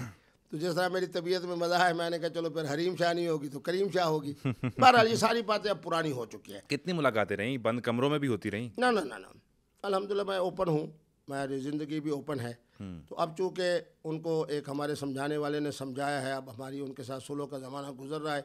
अब उनकी तोपें जो हैं वो मोहतरम फजलुर रहमान साहब की तरफ है। मैंने उसको उस दिन भी रोका, उसका फ़ोन आया, मैंने कहा मौलाना फजलुर रहमान, अभी राब्ता बरकरार है? हाँ, ये 4-5-6 दिन की बात होगी। मैंने कहा मौलाना फजलुर रहमान साहब को तूने जिस तरह फजलू कह के फिर जिस तरह बच्चों के हवाले से बात की है, बुरी बात है। कभी हरीम शाह ने आपसे शादी करने की ख्वाहिश का इज़हार किया? मेरा ख्याल में नहीं है कि बहरहाल अच्छी ज़िंदगी गुजारने के बारे में हो तो हो, शादी या निकाह की बात नहीं हुई। नहीं की उन्होंने? इसके अलावा दीगर मामलात के वाले से रहा? बहरहाल मैं मोहतात ही रहा, क्योंकि जिस आदमी की या जिस मोहतरमा की या जिस मोहतरम की ज़बान मनफी हो, क़िबला मुफ्ती साहब उसके साथ नहीं चल सकते। लेकिन फिर भी आपका एक अरसे से ताल्लुक़ है, आज भी ताल्लुक़ बरकरार है? नहीं, फ़ोन आए तो फ़ोन तो हर एक का सुन लेता हूँ। आप अपने चैनल वालों से पूछो, जब फ़ोन करते हैं 3 घंटे या 4 घंटे में क़िबला मुफ्ती साहब फ़ोन नहीं उठाते। हाँ, लेकिन क़िबला मुफ्ती साहब हमारा फ़ोन उठा के हमें बड़ा लंबा इंतज़ार करवाते हैं ना, लेकिन लेकिन हरीम शाह को वो इंतज़ार नहीं करवाते। नहीं, अब मेरा ख्याल ये है कि इंतज़ार की वजह कुछ हालत, कल धुंध की वजह से और इस तरह के हालात की वजह से, वगरना मैंने सीधा वैसे कोई आपकी ख्वाहिश थी कि हरीम शाह से निकाह हो जाए? नहीं हो जाता है, जिसकी ज़बान ठीक नहीं उसके साथ मैं कभी निकाह नहीं करता। निकाह नहीं करते, दीगर मामलात रहते हैं। और मैं आपको बेटा समझ के ये कह रहा हूँ कि आज तक मैंने बदकिरदारी नहीं की। मेरे यहाँ निकाह में तवस्सो है। चलो आज आपके प्रोग्राम को वायरल करने के लिए कह देता हूँ। एक ज़िवाज शादी जो पाकिस्तान के कानून के मुताबिक, एक निकाह जो कुरान के मुताबिक। कुरान मजीद की एक आयत पढ़ देता हूँ, उलमा को समझ आ जाएगी। फमस्तमतातुम बिही मिनहुन्ना फ़आतूहुन्ना उजूरहुन। मेरे यहाँ इस्तिमता भी जायज़ है, मेरे नज़दीक निकाह भी दुरुस्त है, और मेरे नज़दीक ज़िवाज शादी भी दुरुस्त है। इस्तिमता का माने ये होता है कि जो मोहतरम और मोहतरमा की बाहमी रजामंदी के साथ ज़िंदगी इकट्ठे गुजारने का एक पैगाम आ जाए, लिव इन रिलेशनशिप। उसको अगर हम उर्दू की तरफ अंग्रेज़ी की तरफ ले जाएंगे तो फिर उलमा बिदक जाएंगे तो यही है ना कि वो बॉय और गर्लफ्रेंड का अगर मैं जुमला कह देता हूँ के लोग यही समझ, उसकी वजह से जनाब हमारे उलमा जनाब कोई, मैं उनको कुरान मजीद की आयत पढ़ के सुना रहा हूँ, और जितने सुनने वाले हैं जिस जगह जाके वो नमाज पढ़ते हैं, जहाँ जुमा पढ़ते हैं, वहाँ यकीनन आलिम साहब आलिम होंगे, उनको कहें कि सूरत निसा है 5वें सिपारे की पहली आयत है, फिर पढ़ के सुना देता हूँ, फमस्तमतातुम बिही मिन हुन्ना फ़आतू हुन्ना उजूर हुन्ना। मौलाना ज़रा इसका तर्जमा सुना दें। जब उसका तर्जमा सुनाएं कि जब तुम इन ख़वातीन से खूब फ़ायदा लो तो आखिर में इनको मजदूरी दे दो, तो उनको कहो फिर किबला मुफ्ती अब्दुल कवी साहब की तहकीक तो दुरुस्त है कि उन ख़वातीन के साथ ताल्लुक़ रखना दुरुस्त है जिनके साथ आपका एक इस्तिमताई ताल्लुक़ हो, मुनाफे का ताल्लुक़ हो, फिर मजदूरी भी दे दी जाए। आपको अंदाज़ा है कि इससे माशरे में कितनी गिरावट, और इससे जो वो एक जो फैब्रिक है माशरे का, शादी और निकाह जो ख़ानदान के ताल्लुक़ को जोड़ने वाला, किस तरह तबाह हो जाएगा। यानी आप ये कह रहे हैं कि एक लड़का और एक लड़की गर्लफ्रेंड बॉयफ्रेंड के रिलेशन में या लिविंग रिलेशनशिप में कहीं रह रहे हों और आपस में एक मुनाफा तय कर लें तो ये जायज़ है? मैं ये नहीं कह रहा, मैं बद अखलाकी और बदकिरदारी का दरवाज़ा बंद कर रहा हूँ। तो यूँ ही कहा ना कि गर्लफ्रेंड बॉयफ्रेंड अपनी रजामंदी से किसी कमरे में रहें। कर देता हूँ, एक मोहतरमा और एक मोहतरम के दरमियान बद अखलाकी और बदकिरदारी का ताल्लुक़ हो, ये अच्छा है, या कुरान मजीद की इस आयत के ज़िमन में मुफ्ती अब्दुल कवी साहब की तरफ से तवस्सो हो, वो बेहतर है। देखें ना, हर चीज़ को आप समझे। आज आपकी तवस्सो से एक और फतवा दे रहा हूँ। ये फतवा देना इतना आसान है कि आप बैठे बैठे एक प्रोग्राम में फतवा दे दें? आप जैसा बेटा सामने होगा तो यकीनन फतवे आसान हो जाएंगे। आज एक फतवा दे रहा हूँ, अगर कराची के, देवबंद के, बरेली के, लखनऊ का मुजतहिद हो, शेखुल हदीस हो, मुफ्ती आज़म हो, अगर उसका तंबाकू का पान हलाल है तो अल्कोहल भी हलाल है। अगर अल्कोहल हराम है तो इनका तंबाकू का पान भी हराम है। फिर आपकी तवज्जो से कह रहा हूँ कि हज़रत का जो पान है, हज़रत शेखुल हदीस साहब का, मुफ्ती आज़म साहब का, आपको चैलेंज करता हूँ, आप कराची का सफ़र करें, हज़रत को कहेंगे हज़रत ज़रा अपना पान तो दिखाएं, हज़रत के पान को जनाब 2 से 3 मिनट के अंदर देख लेना कि दिमागी कैफियत क्या है। और अल्लाह माफ़ फरमाए आपकी और मेरी, अल्कोहल के अगर आप 3 पैक लगा लें या कोई और जो लगाने वाला है उससे पूछ लें कि क्या इस तरह की ज़हनी कैफियत बनती है। खुमार अक़ल किस में है? जहाँ खुमार अक़ल होगा वो चीज़ हराम होगी। खा मुफ्ती आज़म का जनाब तंबाकू का पान हो, खा अल्कोहल हो। अल्कोहल तो हराम हो, मुफ्ती आज़म का तंबाकू का पान हलाल हो। वजह क्योंकि मौलाना साहब कहते हैं, नस्वार मौलाना लेते हैं तो मुंह के अंदर जनाब जो एक है खम्र। इसके ऊपर मैं आज आपके तवज्जो से कह रहा हूँ, उलमा सोचें, अहले दीन सोचें। जब मैं उनके सामने ये बात कहता हूँ वो कहते हैं मुफ्ती साहब जिंदाबाद। आप इस्लामी बैंकारी की तरफ तो आते हैं, उम्मत मुस्लिमा के लिए निकाह को क्यों नहीं आसान करते? जबकि मैं आयत फिर पढ़ रहा हूँ, फमस्तमतातुम बिही मिन हुन्ना फ़आतू हुन्ना उजूर हुन्ना। फिर मैं कह रहा हूँ, कुरान कह रहा है अल मोहसनात अल मुसाफ़ियात। पूछो उलमा से कि मोहसनात में तो और मुसाहिफात में क्या फ़र्क है? जब ये चीज़ें आप बता रहे हैं तो कंदील बलोच से भी आपका निकाह नहीं था, हरीम शाह से भी आपका निकाह नहीं है, लेकिन आपके इर्द गिर्द वो मंडलाती रहीं और फिर जो मामलात हैं सारी दुनिया ने देखे। फिर इससे आगे चलें, आप एक गालिबन फ़िलिपीनी या कोई दुबई में खातून थी, उनके साथ डांस कर रहे थे, वो वीडियो वायरल हुई। अभी आपकी ये 2-4 रोज़ पहले, 1 हफ़्ता पहले एक वीडियो, एक सुर्ख लिबास में खातून है जिनके पेशानी पे आप बोसा दे रहे हैं और वो वायरल हो जाती है। क्या उनसे निकाह है आपका? अल्लाह, बहुत आला सवाल है। मैं कहता हूँ आपका माथा चूमना चाहिए। ये सर्विस हमारे यहाँ नहीं है, ये सर्विस हमारे यहाँ नहीं है। ये आलम अरब में है ना, तो आपने आलम अरब का हवाला दिया तो इसलिए मैंने कहा कि आपका माथा चूमना चाहिए। पहली हमारी गलती ये हुई, कंदील बलोच की बात को मान के हम उसको अपने कमरे में न ले जाते, सराकी होने की वजह से उसके साथ नरम गोशा न रखते। उसको 3 दफ़ा बेटी कहने के बावजूद हमें पता नहीं था कि ये आगे फ़रोख्त हो जाएगी जिसके एंकर के यहाँ। और अल्हम्दुलिल्लाह मैं आज भी अल्लाह की तरफ से शुक्र अदा करता हूँ, मरहूबा इस वक्त जन्नत में है, कि उसने क्या कहा कि मुफ्ती साहब को रोज़ा नहीं था। भाई ये मेरा मामला अल्लाह के साथ है, हालत सफ़र में हूँ। हाँ, ये तो अल्लाह का। अच्छा, उसने ये नहीं कहा कि मुफ्ती साहब ने अल्कोहल पी है, उसने कहा कोक पी है। उसने कहा कि मुफ्ती साहब ने सिगरेट पी है, जिस पर लोग भी मुस्करा दिए कि मुफ्ती साहब सिगरेट नहीं पीते। अच्छा, अब आ जाए कंदील बलोच वाली गलती। सुनो, कंदील बलोच की तरफ आ जाए, कंदील अपना इसकी तरफ अब आप आ जाएं हरीम शाह साहबा की तरफ। हरीम शाह साहबा ने भी सिवाय इस बात के कि खुद अपनी गंदी जहनीत की वजह से जो काम किया उन्होंने किया, मैं तो बड़े मतानत से बैठा रहा, बड़ी संजीदगी से साफ दामन है, आप साफ दामन है। बिल्कुल अल्हम्दुलिल्लाह। आप जनाब की मोहतरमा हरीम शाह साहबा से पूछ लें कि कभी मुफ्ती साहब ने आपके ऊपर मैली निगाह डाली है? जब मैंने मैली निगाह नहीं डाली कहती हैं कि मुझे हाथ तक लगाया मेरी मर्जी के बगैर, मैं चाय रखने गई पकड़ लिया, उनके इंटरव्यूज मौजूद हैं। अच्छा चलो, ये चीज़ तो उन्होंने दिखा दी, तो मेरा हाथ उठाना दिखाएं। मौलाना फजलुर रहमान साहब के बारे में, बेचारे के बारे में जो कह रही है कि फलां से दिलचस्पी है, फलां से दिलचस्पी है भी तुम्हारे पास वीडियो दिखाओ। देखो, इल्ज़ाम तराशी एक और बात है, और एक बात याद रखें, इस्लाम का फार्मूला है, जो गंदी जहनीत का हो, जो इल्ज़ाम तराश हो, उसकी कोई बात इस्लाम के अंदर नहीं मानी जाती। वो आप जिस कमरे में थे जहाँ पे आप कहते हैं हाथ रखा, वहाँ पे हरीम शाह क्या कर रही थी और आप एक कमरे में क्या कर रहे थे? शाबाश। मैं जिस वक्त टीवी प्रोग्राम करके आया हूँ ना, तो जिस जगह ये ठहरी हुई थी वो एक, जिस तरह होता है ना, वो क्या कहते हैं, बिल्डिंग होती है जिसके अंदर छोटे छोटे जनाब उन्होंने कैमरा रखते हैं, किराए पे देते हैं। तो मुझे वो जो मालिक था ना बेचारा पठान, तो जैसे मैं उस कमरे में नहीं जा रहा था, मैं तो अपनी गाड़ी में बैठ के जा रहा था, क्योंकि इनको उतारना था, इनको उतार दिया। वो अब आजमाइश अल्लाह की तरफ से आती है। वो पठान जो मालिक है ना, पठान मुझसे बड़ी अकीदत रखते हैं। उसने कहा मुफ्ती साहब तशरीफ ले आए, आप चाय पी लें हरीम शाह के कमरे में। यार हरीम शाह के कमरे के अंदर आपको लिबास नजर आते। मैं उसके कमरे को जब दरवाज़ा खोला ना, और पठान बेचारा गया रोते हुए, खुदा की कसम उस पठान को मैं सलाम पेश करता हूँ। जब इसने ये हरामजदगी की, पठान मेरे पास आया, मेरे पाँव को पकड़ के रोता रहा कि अगर मुझे पता होता कि इन्होंने ये हरामजदगी करनी है तो मैं यहाँ आपको अकेले ना बैठने नहीं देता, मैं सिर्फ टेलीफोन सुनने गया था। फिर इन बदनसीबों के कमरे में लेकर गया। इनका कमरा क्या था, कहीं जनाब फलां चीज़ पड़ी है, फलां जनाब चीज़ें पड़ी है, कपड़े पड़े हैं, फलां चीज़ें, तमाम तूफ़ान बदतमीज़ी की हर चीज़ इनके कमरे के अंदर मौजूद थी। क्योंकि इन बेचारों का जो ड्रामा है, या कपड़ों के साथ है, या फलां चीज़ के साथ है, या फलां चीज़ के साथ है, फलां चीज़ की थोड़ी तशरीह बहरहाल जो भी है। तो माना ये है कि जनाब अपना उसके बाद किंदील बलोच साहबा का मामला हो, मैं कह रहा हूँ गलती है। क्यों कि सराकी थी, मीठी जबान की वजह से। चले इसी आगे बढ़े ना हरीम शाह के। अच्छा अब आ गए हरीम शाह। अब वो भी गलतियां हो गई। अच्छा, हो गई। अब आप आ जाए, इतने मासूम हैं कि वो चाइनीज डांस भी आप करते हैं। बिल्कुल, देखो मैं तो चाइनीज वाला डांस बिल्कुल दुरुस्त है, मैंने कभी उसका इनकार नहीं किया। क्यों किया कि इस पूरे खानदान ने इस्लाम कबूल किया। आपने अपने इंटरव्यू में इनकार किया हुआ है। नहीं, वो इनकार मैंने किस चीज़ का किया था कि मुफ्ती अब्दुल कवी इतने चुस्त कपड़े नहीं पहनते, ये मैं हूँ ही नहीं। बिल्कुल आपने सही तरीके की। मुफ्ती अब्दुल कवी की जो तस्वीर वायरल की गई है, ये तस्वीर मुफ्ती अब्दुल कवी की नहीं है। अच्छा, क्यों? इसलिए कि इतने चुस्त कपड़े मुफ्ती अब्दुल कवी साहब कभी नहीं पहनते। और आप तवज्जो से देखें तो आप इस शोबे के बादशाह हैं, मेरी खोपड़ी एक जगह पे है और नीचे से वजूद किसी का हर रहा है, और जो मेरे कपड़ों वाला भी नहीं। मैंने उसके बारे में कहा था।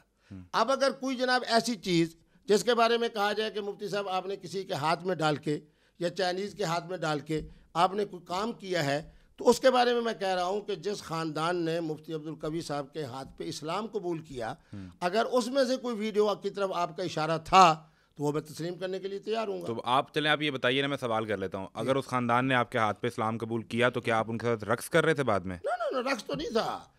जो चीज़ आपकी तरफ से आ रही है वो मेरी है ही नहीं।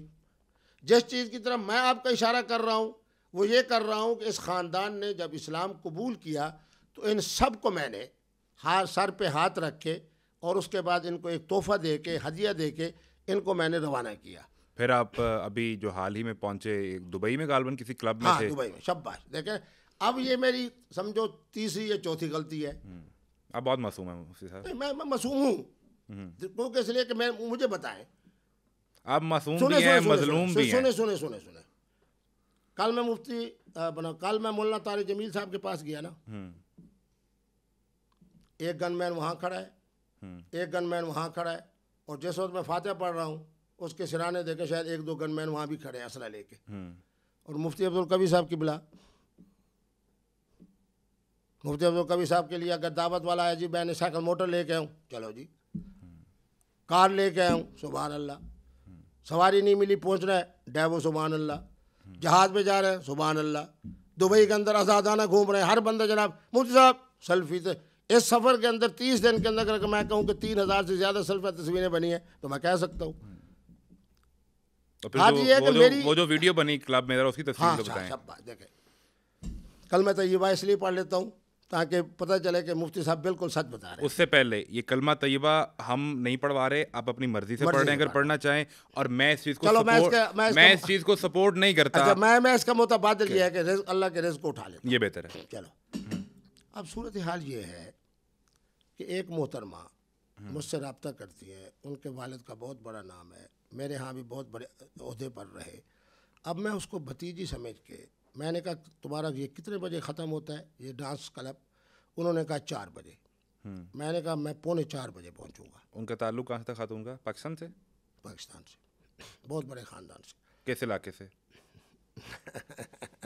गुजरात से, चलो कह देता। अब उसमें हुआ ये कि जनाब अपना मैं किया, जैसे ही मैं दाखिल हुआ तो वो तो जनाब तूफ़ान बदतमीज़ी, उसी तरह का डांस हो रहा है जिस तरह हम देखते हैं टेलीविज़न के ऊपर, अल्लाह माफ़ फरमाए ना दिखाए, हाथ में हाथ डाल के और ये वो। अच्छा, वो तो फिर इंसानियत वाले लोग हैं, यूरोप के लोग, उनके यहाँ तो फिर फ़न का इज़हार होता है या मोहब्बत का इज़हार होता है, यहाँ तो तूफ़ान बदतमीज़ी। अच्छा जी, मैं जनाब जाके जैसे सोफे पे बैठा तो मोहतरमा ने मुझे इशारा किया। अब मैं उसी के तस्वर में कि मेरे एक दोस्त की जो दुनिया से चले गए हैं उनकी ये साहबजादी है जो इन्होंने मुझे तारुफ कराया। मैं भी गया, उन्होंने जप्पी डाल के, आप खुद देख सकते हैं, इतना ज़ोर से रोना शुरू किया, इतना ज़ोर से रोना शुरू किया। उसके बाद मैं खड़ा रहा। अब मैं क्यों खड़ा रहा? आप मजबूर हो गए? नहीं, अलग नहीं हो सके? सुने, मैं मजबूर क्यों हुआ, आगे उसकी मजलूमियत सुने। उसने कहा जी इन्होंने मुझसे 20,000 दिरहम लिए कि आपको यहाँ बेहतरीन बना देते हैं ब्यूटी पार्लर, कद है, कामत है, शक्ल है, सूरत है। शुक्र है मैंने कहा बच्ची को कि मुबारक हो तेरा चेहरा सामने नहीं आया।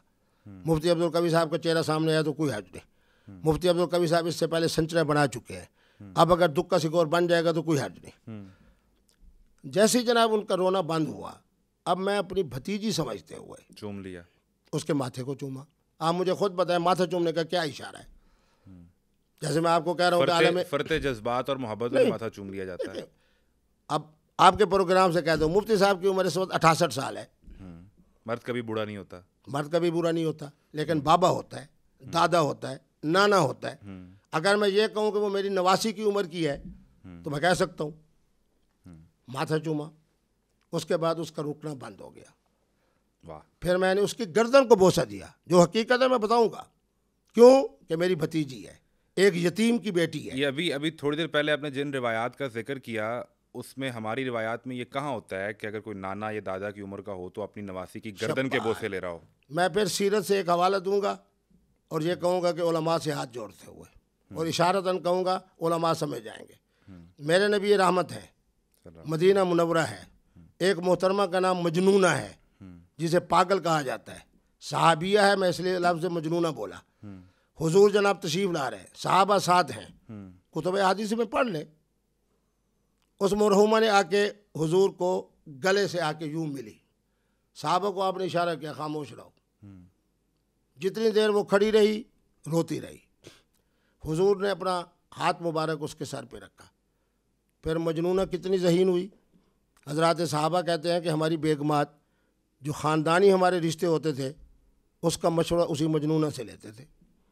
अब फिर मैं हाथ जोड़ के कह रहा हूँ उलमा से, क्योंकि मुफ्ती अब्दुल कबीर की गलती आपको बड़ी जल्दी नजर आती है। इस जो आपने हवाला दिया, इसकी तफसील या इसकी सब उलमा को पता है, इसकी सनद जो है वो तो उलमा आपसे इस पर बात करते हैं, बहस कर सकते हैं। मेरा इसमें एक बुनियादी सवाल ये है कि पहले आपने कहा कि वो मजनूना थी जिसने रसूलुल्लाह को आकर यूं गले मिली, तो वो मजनूना थी, ये खातून मजनूना नहीं थी, एक पहली चीज़। दूसरा, रसूलुल्लाह ने हाथ रखा सर पे, आपने बोसा लिया पेशानी पे और गर्दन पे, तो ये किस तरह मिला है? सुने, जब इन्नमल आमाल बिन्नियात बड़ी मशहूर हदीस है हमारा, जी जी, मैं उसको यतीमा समझ के, भतीजी समझ के, उसके वालिद के साथ जो मेरा ताल्लुक़ है उसको ज़हन में रख के, अपनी उम्र को देखते हुए, उसके हुस्न जमाल और जवानी को देखते हुए, उसके रोने को देखते हुए, उसके बाद जनाब मैं ख़ुद कह रहा हूँ कि मैंने उसकी पेशानी पे बोसा दिया तसल्ली के लिए कि मैं तुझे बेटी समझ रहा हूँ, तुझे भतीजी समझ रहा हूँ, तुझे यतीमा समझ रहा हूँ। गर्दन पे प्यार मैंने इसीलिए किया ताकि उसको यकीन हो जाए कि मुफ्ती साहब की तरफ से जो तामुन होगा वो सही होगा। अच्छा। फिर मैंने उसके कान में बात की। आज अल्हम्दुलिल्लाह उसके 20,000 दिरहम वकला की एक कमेटी मैंने बनाई वहाँ, उसको इंशाल्लाह वो 20,000 दिरहम भी वापस मिल रहे हैं और इंशाल्लाह बहुत जल्द वो मोहतरमा अपने ख़ानदान में वापस भी आ रही है। बस फिर वो मुलाकात यहाँ ख़त्म हो गई? ख़त्म हो गई। फिर उस बच्ची बेचारी का मुझे फ़ोन आया कि ये तो वायरल हो गई है। मैंने उसको कहा, मैंने कहा तू अल्लाह का शुक्र अदा कर, अभी 2 रकात सलातुल हाजत पढ़, सलातुल तौबा पढ़, कि तेरा चेहरा सामने नहीं आया। कि बोला मुफ्ती अब्दुल कवी साहब का चेहरा सामने आया, तो कि बोला मुफ्ती अब्दुल कवी साहब तो वैसे आपने और कितनी ख़वातीन ऐसी हैं जो गलत फील्ड में रास्ते में चलेगी तो उनको इस्लाह पर लेकर आए पाकिस्तान में? ये दुबई के क्लब में जाके आपको क्यों ख्याल आया? आप कहीं बाहर भी मिल सकते थे, मस्जिद बुला लेते उन्हें। सुने मुझे आंसू ना आ जाए, सैकड़ों की तादाद में ख़वातीन हैं जिन्होंने मुफ्ती अब्दुल कवी के हाथ पे इस्लाम कबूल किया है। यूं ही उनके गर्दन के बोझ से और माथे के बोझ वो से। तो हर एक की जनाब बेचारी की मजलूमियत देखनी पड़ती है ना। आपने भी देखा होगा कि जनाब जो कि पता नहीं हर एक की मजलूमियत और हर एक की उसका मजलूमियत के मुताबिक हुस्न। सुने, हर एक की मजलूमियत को देखते हुए मुफ्ती जो फैसला करे वही शरई तौर पे दुरुस्त होता है। आपने वो बच्ची देखी होगी जो मैक्सिको से आके मुफ्ती साहब के हाथ पे इस्लाम कबूल कर रही है। आपने देखा होगा कि कनाडा से आने वाली खवातीन मुफ्ती साहब के हाथ पे, मेरे अपने मुल्तान के अंदर और पूरे जनूबी पंजाब के अंदर भी काफ़ी होती हैं, तो उनके हुस्न की तसल्ली भी दी फिर। इस उम्र के अंदर हुस्न का वो मेयार नहीं रहता जब आप उसको बेटी समझते हो, जब आप उसको भतीजी समझते हो, जब आप उसको नवासी समझते हो। बात यह है कि आपने जो फैसला करना होता है उसमें देखें, मेरी शरीयत का मजमून है कि 2 गुनाह हो रहे हैं, 2 गलतियाँ हो रही हैं, चलो गुनाह नहीं कहते, एक ये दर्जा है, एक ये दर्जा है। फरमाया आलिम और मुफ्ती की शान है कि इसको कबूल कर ले, इसको छोड़ दे। एक मोहतरमा के साथ जबरी तौर पर उस बेचारी को, यानी मोहतरमा किसी क्लब में डांस कर रही है तो ये बड़ा गुनाह है, वो ये ना करे, लेकिन एक चाहे मुफ्ती कहने वाला खुद को हो, वो उसकी गर्दन चूम ले, ये छोटा गुनाह है, इसको कबूल कर ले। आपने फिर गलत बात समझी। क्या वो आपके लिए नामहरम नहीं है? वो आपके लिए नामहरम है या नहीं? मैंने जब बेटी कह दिया तो फिर जब मैंने उसको बेटी तो वो दिया, बेटी तो वो होती है जो आपकी बेटी हो, जो आपकी बेटी हो। मैं आलिम नहीं हूँ, मैं आलिम नहीं हूँ, मैं आपसे पूछ रहा हूँ। मैं आलिम नहीं हूँ। हर मुसलमान आधा मुफ्ती है। एक मोहतरमा बेचारी यहाँ से जाती है इसलिए कि मैं वहाँ जाके तिजारत करूँ, उसके 20,000 दिरहम को जनाब दबा दिया जाता है। जब वो मुझे फ़ोन करता है तो मुझे अपने बाप का नाम बता दिया कि मैं उसकी बेटी हूँ, और अगर मुझे रिलीफ मिल सकता है मुफ्ती साहब किबला आपकी वजह से मिल सकता है। मैं उस कलम में जाता हूँ, वो बेचारी भी खुशी से नहीं जा रही, वो भी उस जबर के साथ जा रही है कि उस बेचारे के हुस्न जमाल को गलत अंदाज में किया जा रहा है। यतीम बच्ची है। मैं जनाब वहाँ पहुँचता हूँ और आखिरी वक्त में पहुँचता हूँ, 4 बजे वो ख़त्म होता है प्रोग्राम, मैं तकरीबन 3:45 के करीब पहुँचा। कोई मशरूब पेश किया गया आपको? नहीं, मैं मशरूब तो पीता ही नहीं। मैं तो ना तंबाकू वाला पान खाता हूँ ना अल्कोहल पीता हूँ। मेरे नज़दीक अल्कोहल भी हराम है, तंबाकू वाला पान भी हराम है। 40% अल्कोहल को हलाल कहा? ना मैंने नहीं कहा, ये देखो ना, ये तो गलत बात है। चलिए इसमें बात करते हैं, सुनो वो बता दूँ, दरमियान में बात आ गई है। मैंने ये कहा कि सऊदी अरब, कतर, मिस्र और मराकश के कुछ उलमा ने फतवा दिया है कि अल्कोहल अगर 40% से कम हो, ये उनकी बात मैं बयान कर रहा हूँ, अपनी नहीं। ठीक है। मेरे नज़दीक जब तंबाकू का पान हराम है तो मैं कैसे कह सकता हूँ कि अल्कोहल 40% हलाल है? तो आपके यहाँ 0.5% भी हो तो हराम है? हर वो चीज़ जिसका ताल्लुक हमारी अकल से है वो हराम है, हराम है, हराम है, हराम है। तो आपने उस क्लब में जो कुछ किया वो होशो हवास में थे आप? मैं बिल्कुल बदरुस्ती होशो हवास खमसा के साथ था। आज भी कायम है? आज भी मैं इस बात पे कायम हूँ कि गलती हुई। आइंदा मौका मिलेगा फिर करेंगे? नहीं। कोई और खातून रब्ता करे और कहे कि मेरे 25,000 या 40,000 दिरहम फंसे हुए हैं और यूँ मुझे एक्सप्लॉइट किया जा रहा है, तो आप जाएंगे और दोबारा इसी तरीके से तसल्ली देंगे? आप इस जुमले को यूँ कह सकते हो कि अगर कोई मजलूमा मुफ्ती साहब आपके दरवाजे पे दस्तक दे तो आप उसको बेटी समझ के उसके साथ आप हर तरह का तामुन करेंगे? मैं कह रहा हूँ तामुन करूँगा। कितनी बच्चियाँ हैं, खुदा की कसम, मेरे जनाब कैसे न अपने जनूबी पंजाब में पूछ ले, ड्राइवर मेरा, गाड़ी मेरी, उस बच्ची को मैंने कहा कि पुचा के हो इसके ससुराल में, और इसको कहा कि इसको ससुर ने भी मारा है, उसके बाद जनाब खामद के भाई ने भी मारा है। उनको कहो कि मुफ्ती अब्दुल कवी साहब कह रहे हैं ये मेरी बेटी है, ये घर की मालिका है, इसका घर यही ससुराल वाला है। आज के बाद अगर मैली निगाह उठाना ना तो ये समझना कि हम मुफ्ती अब्दुल कवी की बेटी के ऊपर हाथ उठा रहे हैं। पूछें आप जाके जो आपकी ये सर्विसेज और ऑफर सिर्फ खवातीन के लिए होती हैं?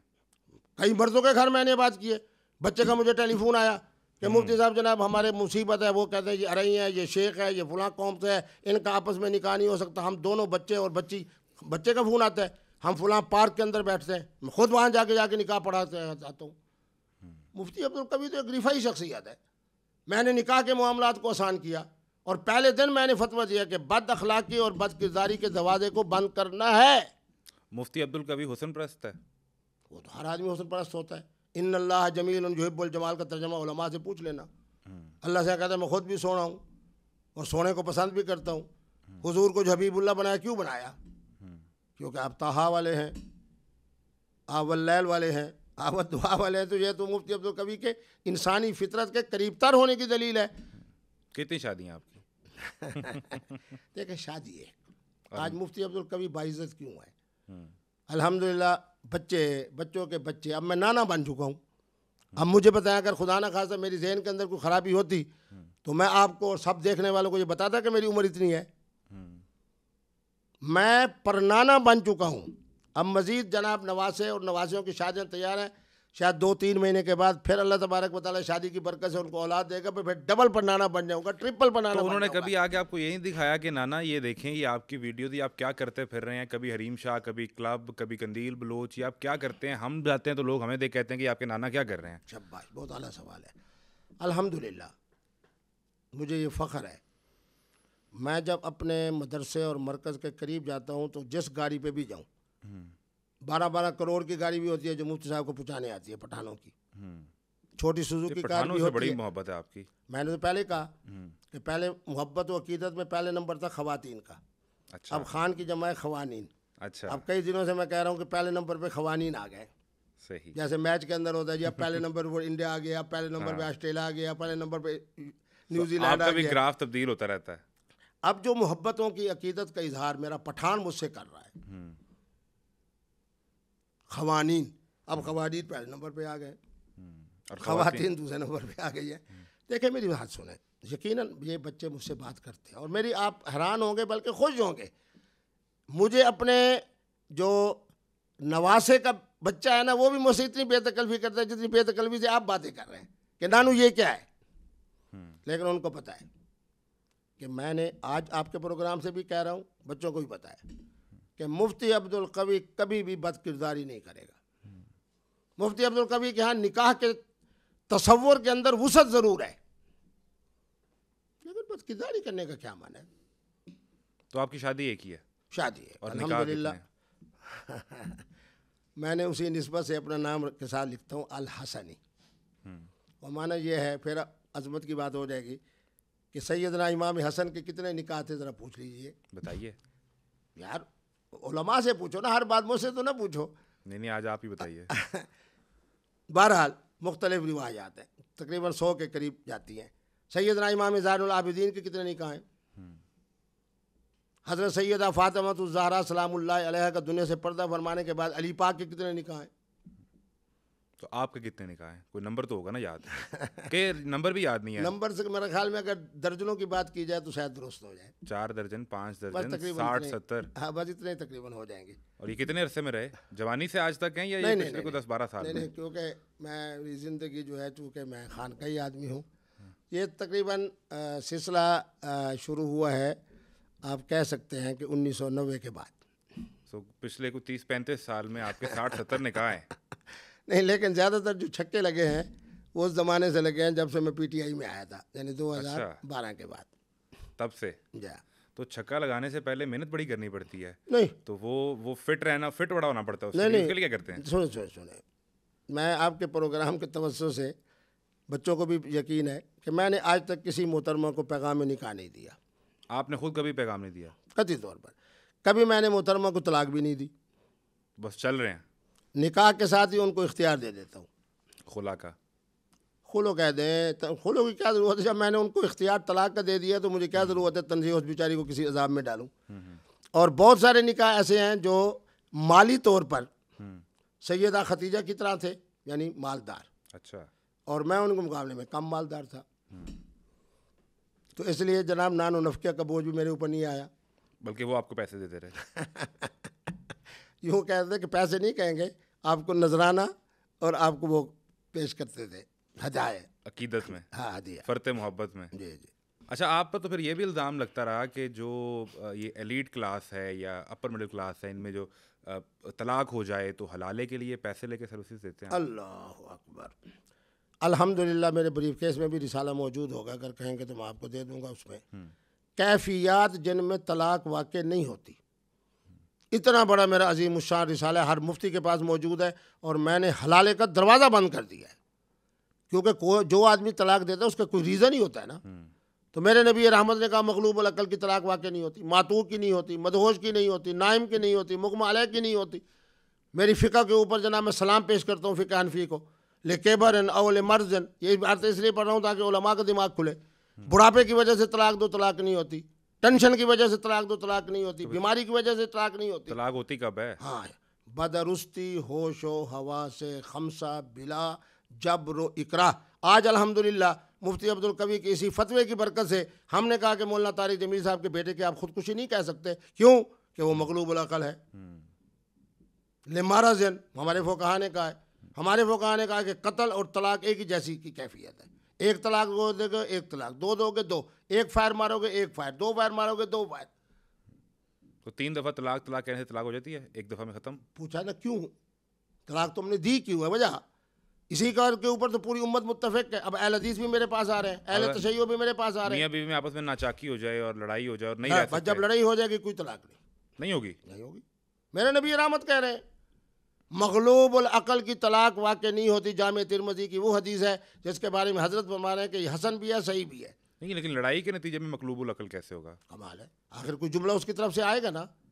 जहाँ भी खामद का दिल दुखा वहाँ कोई तलाक नहीं। अच्छा, कमाल है। सही। आप तो ये वैसे एक चीज़ ज़रा वाज़ेह कर दें कि शादी और निकाह में फ़र्क क्या होता है? शाबाश। शादी है आजकल पूरी दुनिया के अंदर जो कवानीन हैं उनके मुताबिक। मुझे सऊदी उलमा ने सलाम पेश किया, उन्होंने कहा कि आपके निकाह मिसियार से आपकी ताकीक बेहतर है। निकाह मिसियार की क्या इस्तिलाह है? ना हदीस में है ना फ़िक़्ह में है।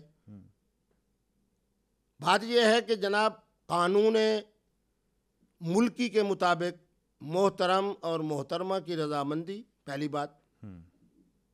दूसरा कम अज़ कम 2 गवाह जितने ज़्यादा हो जाए। अच्छा। तीसरा ये है कि ऐलान आम, कार्ड छप रहे हैं, वलीमा हो रहा है, पाकिस्तान के कानून के मुताबिक रजिस्ट्रेशन हो रही है। अब पूरे आलम इस्लाम के अंदर रजिस्ट्रेशन ज़रूरी है। पूरे आलम अरब के अंदर दूसरी शादी के लिए पहली बीवी की इजाज़त ज़रूरी है। आप समझते हैं ज़रूरी है? जी, आप समझते हैं ज़रूरी है? नहीं, मैंने जब निकाह की सूरत में तवज्जो पैदा कर दिया तो मैं पाकिस्तान के कानून में क्यों मुदाखलत करूं? ठीक है। ये है अज़्ज़िवाज, शादी। निकाह क्या है? मोहतरम और मोहतरमा की रजामंदी और मैक्सिमम 2 गवाह। ऐलान आम की ज़रूरत भी नहीं, क्योंकि पाकिस्तान के मुल्क में रहते हैं, सऊदीया के मुल्क में रहते हैं, मिस्र के मुल्क में रहते हैं, अपने कानून की खिलाफ वर्जी भी नहीं करनी। उधर मैं कहूँ कि पाकिस्तान का मतलब क्या, ला इलाहा इल्लल्लाह मुहम्मदुर रसूलुल्लाह, और उधर मैं उसको कहूँ कि उसके कानून की खिलाफ वर्जी करें, आप क्यों करें? मोहतरम और मोहतरमा की रजामंदी और मैक्सिमम 2 गवाह, कोई ऐलान आम की ज़रूरत नहीं। उन्होंने कहा जी ऐलान आम, मैंने कहा ऐलान आम सुन्नत है और किसी के दिल को दुखाना ये हराम है। कहते हैं मुझसे आप बड़े ज़हीन आदमी हैं। यानी आप ही कह रहे हैं कि निकाह जितने मर्जी कर लें 60-70, लेकिन नहीं, शादियाँ 4 होनी चाहिए। जब मेरे बेटे मैं नमाज मगरिब कहूँगा तो मकसद है 3 रकातें। जब मैं निकाह कहूँगा तो मसना वसुला सवरुबा। कुरान कह रहा है कि 2 3 4, एक शादी वाली हो गई, 3 निकाह आप और कर सकते हैं। तो फिर जो आपने 5 दर्जन के करीब किए तो एक वक्त में तो नहीं किए ना। वही तो मैंने कहा ना कि इमाम हसन के बता दें कितने निकाह, अभी तक मैं उनसे पीछे हूँ। यानी निकाह सैयदना इमाम ज़ैनुल आबिदीन के निकाह पूछ रहे, मैं अभी पीछे हूँ। तो आपने वो उनकी सुन्नत पर नंबर अचीव करना है। वैसे मुझे नहीं इस चीज़ का अंदाज़ा, लेकिन आप ये समझते हैं आपने नंबर अचीव करना है? नहीं, लेकिन मैं ख्याल में अब उम्र के उस हिस्से में हूँ। आखिरी निकाह कब किया? मेरे ख्याल में तकरीबन कोई 9 महीने पहले की बात होगी। और वो मौजूद है अभी? मेरा ख्याल है। इस वक्त कितने निकाह हैं आपके? इस वक्त तो मेरा ख्याल ये है कि शादी ही है, निकाह शायद 1 होगा मजीद। अभी 1 है और अभी गुंजाइश है और की? गुंजाइश तो 2 की है। अच्छा, आप ये समझते हैं कि औरत सिर्फ लज्जत और तस्कीन के लिए? मेरे बुजुर्ग, ये तो कुरान कह रहा है लितस्कुनु इलैहा। पूछो उलमा से क्या माना है। सैयदना आदम अलैहिस्सलाम को जन्नत की सारी नेमतें थी। पढ़ो ना ज़रा कुरान। कुरान मेरा फितरत का किताब है। कुरान मुफ्ती अब्दुल कवी के लिए मशा ले रहा है। द जन्नत की नेमतें, ला ऐनुन रात वला उज़ुनुन सामिअत, वो अजीम नेमत जन्नत में है, फिर भी सुकून नहीं। आखिर मोहतरमा अल्लाह ने दी, हमारी अम्मा जी बीबी हवा, तो अल्लाह ने कहा कि जनाब ये तेरे सुकून के लिए है। तो ये मुफ्ती अब्दुल कवी साहब जनाब जो सुकून ले रहे हैं, ये तो कुरान के मुताबिक है, फितरत के मुताबिक है। अगर खुदा न खास्ता इस तरह ख़वातीन से सुकून नहीं लोगे फिर वही बात आएगी सामने, मैं नहीं कहता, अखबारात में खबर छपेगी कि फ़लाँ कमरे से फ़लाँ चीज़ बरामद हुई है मौलाना के। आपके बच्चे कितने? अल्हम्दुलिल्लाह मेरे 4 बच्चे हैं। खैर, और उनकी कितनी शादियाँ और निकाह हैं? अल्लाह अकबर। निकाह के लिए सबसे पहली जो बुनियादी बात है कि आपकी शख्सियत इस कदर ख़वातीन में, आप ये इमरान खान साहब के बारे में कह सकते हैं कि कितने निकाह हैं, मुफ्ती तारिक मसूद साहब से पूछेगा आपकी कितनी शादियाँ हैं। आप अपने कोई चीज़ तो पैदा करें। मेरे बच्चे तो माशाल्लाह इतने पुरसुकून है, मस्जिद मदरसा घर, मस्जिद मदरसा घर, मस्जिद मदरसा घर, मस्जिद जो कर रहे हैं वो अब्बाजान कर रहे हैं, बच्चे काम में लगे हुए हैं। काम पे इसलिए लगे हुए हैं ना कि उन्हें उसी जिंदगी उनकी मर्ज़ी के मुताबिक जब शादियाँ कर दी हैं, माशाल्लाह मियाँ बीवी की मोहब्बत भी कमाल दर्जे की है, और उनसे अगर कोई दूसरे निकाह की बात की जाए तो वो कहेंगे नहीं। तो जो आपकी पहली शादी थी आपकी मर्जी के खिलाफ थी? नहीं, मेरी मर्ज़ी के मुताबिक थी, लेकिन बात यह है कि आगे रनवे भी तो होना चाहिए ना। मुझे कितने नौजवान हैं, आप तो इंशाल्लाह शादीशुदा होंगे। वो जी मुफ्ती साहब, मैं नहीं हूँ शादीशुदा। अच्छा चला, उन्होंने कहा जी हम जनाब नौजवान भी हैं, हमारा एक नाम भी है, और उसके बाद आपके प्रोग्राम की तवज्जो से हमारे प्रोग्राम वायरल भी हो रहे हैं, हमें तो कोई मोहतरमा सलाम करके राज़ी नहीं। तो मैंने कहा मुफ्ती अब्दुल कवी साहब जैसे जनाब मीठी ज़बान बनाओ, जहन मुस्बत रखो, चेहरे पे मुस्कुराहट रखो, ख़वातीन का एहतराम करो, तो यकीनन जनाब। अच्छा, यहाँ एक ख्वाजा सरा बिल भी पास हुआ, उसका आपको अंदाज़ा होगा, और इसके बारे में क्या राय है आपकी? अल्लाह अकबर। ख्वाजा सरा बिल जो पास हुआ मैंने उसकी तायीद की। सही था? सही था। उसके अंदर क्या बात जनाब मनफी है? आपको पता होगा कि मियाँ नवाज शरीफ साहब जब वज़ीर आला थे, शहबाज शरीफ साहब और नवाज शरीफ साहब वज़ीर आज़म थे, यहाँ पंजाब के अंदर आपके यहाँ एक हुकूक निस्वां बिल आया था। सारे मौलवी साहबान बड़े मोहतरम मंसूरे में इकट्ठे हो रहे थे, उनमें से एक बड़े बड़े मौलाना ने कहा कि जनाब हम इसके ख़िलाफ़ ऐसी तरीक़ चलाएँगे जिस तरह निज़ाम मुस्तरह तरीक़ चलाएँगे। उस वक्त किबला मुफ्ती अब्दुल कवी साहब ही तो थे, जिसकी वजह से जनाब हमारी मरियम बीबी के दिल में मोहब्बत पैदा हुई मुफ्ती साहब की। मैंने चैनल्स पे कहा कि मैं पाकिस्तान तरीक़े इंसाफ के मजहबी विंग का चीफ हूँ, लेकिन ये बिल ठीक है। मियाँ बीवी के दरमियान अगर बात होती है तो बाला खाने में मेरे नबी रहमत तशरीफ़ लेके जाते हैं। बीबी आयशा तो अपने हुजरे में बैठी है, सैयदना अली जुल मुर्तज़ा की और हज़रत सैयदा फ़ातिमतुज़ ज़हरा की, क्योंकि हम मोहब्बत वाले लोग हैं, अकीदत वाले लोग हैं। उस पर जमात इस्लामी के सेनेटर मुश्ताक बड़े एक्टिव रहे, और वो जो एक उसमें शिक थी मर्ज़ी से जिन्स तब्दील करने वाली, और वो उसकी इजाज़त देना, आप समझते हैं वो ठीक था? और वो फिर असल में वो तनकीद ये करते थे कि ये पाकिस्तानी माशरे को LGBTQ की तरफ ले जाएगा। तो क्या आप समझते हैं ये ठीक है या नहीं? देखिए मेरे बेटे, बात सुने, जब मैंने ये कहा कि इसको ज़रा सही माने में अंग्रेज़ी में आया है, हमारे उलमा हजरात अंग्रेज़ी में माशाल्लाह जानते हैं, इसको पढ़ लिया जाए तो कोई उसके अंदर जुज़ी ऐसी नहीं है जो मैं ये कहूँ कि खिलाफ शरीयत है।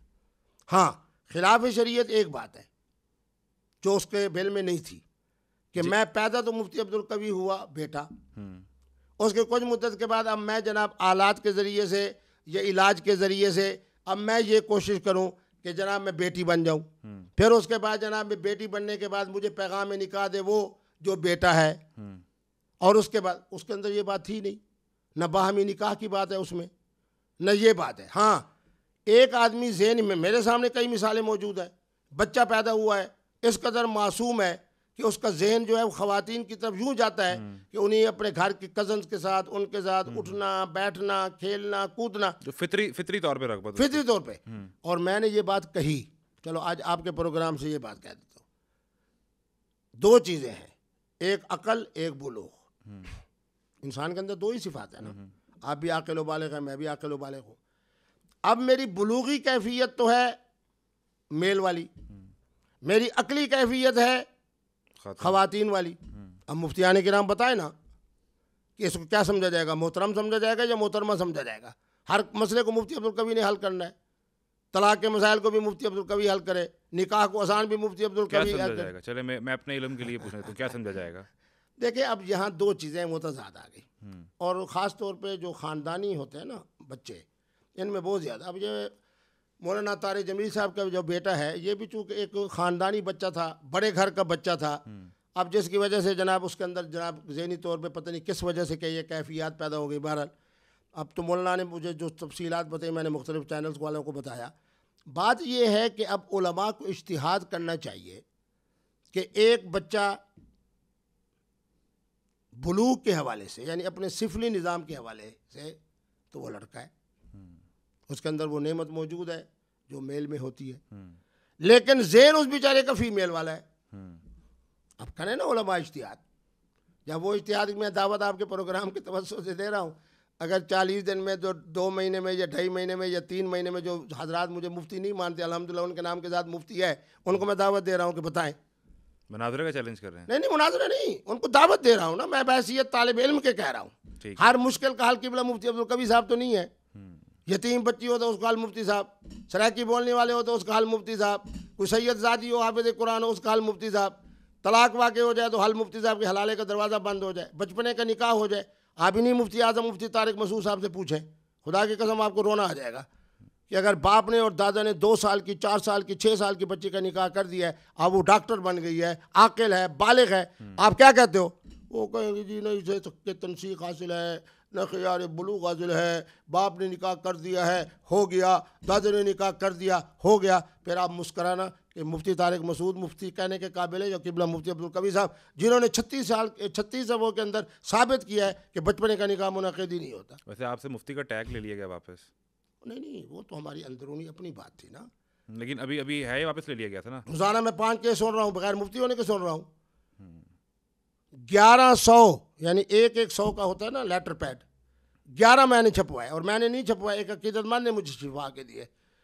उस दिन मेरी आंखों में आंसू आ के बाकी बच्चे पढ़े थे 12 या 15 सफ़े, 1100 में से यानी 15 सफ़े निकाल लें, कितने बच्चे? मुफ्ती तारिक मसूद साहब को जो आपने इतने कभी फतावा लिखे, मुफ्ती तारिक मुफ्ती कह जाना तकी उस्मानी साहब से पूछ लो, हज़रत मुफ्ती मुनीबुर रहमान साहब से पूछ लो। अच्छा ये बताएं कि ये पाकिस्तान में जो तलाक की रेशो इतनी बढ़ती जा रही है, इसकी बुनियादी वजह आप क्या समझते हैं? क्योंकि आप ये केसेस सुनते भी हैं। मेरे बेटे बात ये है, अब फिर अदब का मकाम है, साहबा में कितनी रेशो थी तलाक की? सैयदना अलीउल मुर्तज़ा, हज़रत सैयदा फ़ातिमतुज़ ज़हरा के पर्दा फरमाने के बाद इतने जो निकाह किए हैं, पहले उस शिया और सुन्नी आलिम से पूछ लेना, फिर हज़रत सैयदना इमाम ज़ैनुल आबिदीन का पूछ लेना, फिर सैयदना इमाम हसन मुज्तबा का, और एक वक्त में 4 से ज़्यादा होती नहीं, तो माना यह वो कितनी तलाक की रेशो होगी? तो ये ठीक है? नहीं ठीक इसलिए है ना कि ज़िंदगी एक सुकून के लिए है। मेरा इस्लाम, मेरा कुरान ये फितरत का निज़ाम है। एक बीवी के ऊपर गुजारा करना ये फितरत नहीं है। मुफ्ती अब्दुल कवी साहब बटेरे भी खा रहे हैं, तितर भी खा रहे हैं, हरन का गोश्त भी खा रहे हैं, और फुला मुर्गाबी का गोश्त भी खा रहे हैं, और आज जनाब मुफ्ती साहब घर में आ रहे हैं, जनाब 6 खाने पक रहे हैं। मुफ्ती साहब के जनाब मानने वाले ख़वानीन है, ख़वानीन जनाब ये भी मटन यूँ पर बन रहा है, यूँ मटन भी बन रहा है, यूँ मटन। अब मैं कल जहाँ प्रोग्राम में था, उन्होंने मुझे झींगा मछली खिलाई, और कम से कम 6 इंच वाली झींगा मछली खिलाई। अब मुफ्ती साहब झींगा मछली भी खा रहे हैं और कसरत के साथ खा रहे हैं, हजरत ये भी खाएं, ये भी खाएं। अब 4, 5, 6 झींगा मछली खाने के बाद क्या निज़ाम फितरत की तरह मुफ्ती साहब नहीं जाएंगे? नहीं, तो तलाक जो मेरा जो बुनियादी सवाल था वो ठीक है, आप जो बात कर रहे हैं, तो तलाक जो बढ़ रही है ये परेशान कुन बात तो नहीं है? देखिए मकाम अदब है, उलमा कह दें कि खिलाफत राशिदा के ज़माने के अंदर तलाक का रेशो क्या था, बस मैं आगे नहीं जाता, क्योंकि मुफ्ती अब्दुल कवी साहब के जनाब इस तरह के जुमले जो है ना वो बेचारे बाज़ दफ़ा जो छोटे जहन के मुफ्ती होते हैं ना तो उनके लिए परेशान कौन पा जाते हैं। मुफ्ती साहब आपका ज़रिया आमदन क्या है? अल्लाह जिंदाबाद, जीते रहो। इसी की वजह से तो किंजील बलोच बेचारी, अल्हम्दुलिल्लाह मेरी शहरी प्रॉपर्टी भी है। अच्छा। निश्तर रोड पे शहरी प्रॉपर्टी है, जहाँ एक मरला जो है वो करोड़ रुपए से ज़्यादा का है। अल्हम्दुलिल्लाह मुझे इतनी माकूल जनाब कैसे रहना, अपना किराया आता है, मुझे भी काफ़ी है, मेरे बच्चों के लिए भी काफ़ी है, बच्चों के बच्चों के लिए भी काफ़ी है। कितने को उम्मीद हैं आप? रकबा भी मेरा है। और आपको एक अजीब बात, बल्कि खुशकुन बात सुनो, सुनने वालों के लिए भी खुशकुन, मेरे हज़रत क़िबला वाले साहब का विसाल हुआ 2008 में। 2008 से लेके आज तक ऐनक मुफ्ती साहब के लिए हदिया, जनाब कैब टोपी मुफ्ती साहब के लिए हदिया, वास्कट मुफ्ती साहब के लिए हदिया, ये जो सूट मैंने पहना ये, यानी मेरे बच्चे जो है इस पर खुश होते हैं कि 2008 से लेके आज तक नानू ने अपनी ज़ात पर 1 रुपया खर्च नहीं किया। यानी जो कुछ आपने इस वक्त पहन रखा है ये आपके अपने पैसों का मेरा नहीं है। तो ये अच्छी बात है। अच्छी बात है ना यार, हदाया तहादू तहाबू, तोहफे एक दूसरे को हदिया दिया करो, मोहब्बत बढ़ती है। अब मैं 30 दिन गुजार के आया हूँ दुबई में, चलो आपको जनाब प्रोग्राम को 30 दिन गुजार के आया हूँ। तो वीडियो तो एक ही आई है वैसे। 1500 दिरहम, 2000 दिरहम, 7000 दिरहम, 7500 दिरहम, एक रात के अंदर मुफ्ती साहब पे खर्च हो रहा है। कौन खर्च कर रहा है? खवातीन, आपको पता है पैसा इस वक्त किसके पास है? मेरे पठान भाइयों के पास है, बेटों के पास है। तसव्वुर आप नहीं कर सकते कि उन्होंने मुझे खुश रखने के लिए कितने पैसे खर्च किए। देखिए, ये खुश नसीबी होती है। अगर कोई शख्स चाहता है कि जी मैं सेनेटर बनूं और जाता है मोहतरम इमरान खान साहब क्या और कहते हैं जी जमात के लिए इतने पैसे दे दो, खान साहब की खुश नसीबी नहीं। आप जितनी कंट्रोवर्सीज का शिकार रहते हैं, आप समझते हैं कि ये सारा जुल्म ही होता है, और क्या आइंदा इनसे तौबा भी कर रहे हैं कि ठीक है चले, इससे फेम मिलता है, लोग जानते हैं, पहचानते हैं, मशहूर होते हैं, बात करते हैं, इंटरव्यूज होते हैं, तो आप इसको एंजॉय करते हैं? नहीं, देखे मैं 30 दिन रहा ना दुबई के अंदर, तहज्जुद के नवाफिल मुझसे कदा नहीं हुए। क्यों? कोई अगर गलती हुई है तो अल्लाह ही का दर है ना। मैं आज आपके प्रोग्राम से कहता हूं कि 1982 से लेके अब तक मैं सद्दाम हुसैन साहब को 4 दफ़ा मेहमान बना। खुमैनी साहब के इनकलाब के पहले साल के जश्न में मैं मौजूद था। 11 दफ़ा जनाब मैं हुस्नी मुबारक और शेख जादुल हक, जो शेख 1 रुपए की करप्शन बताए, और बड़े बड़े ओहदों पे रहा हूँ। 14 अरब 85 करोड़ रुपए का मैंने बजट दिया था जब मैं दीनी मदारिस बोर्ड का चेयरमैन था। मॉडल दीनी मदारिस मेरी वजह से बने थे। मदारिस को जनाब कंप्यूटर मैंने दिए थे। लेकिन आप ये समझते हैं कि माशरे की इखलाकी करप्शन का सबब आप हैं? मैं बिल्कुल नहीं समझता।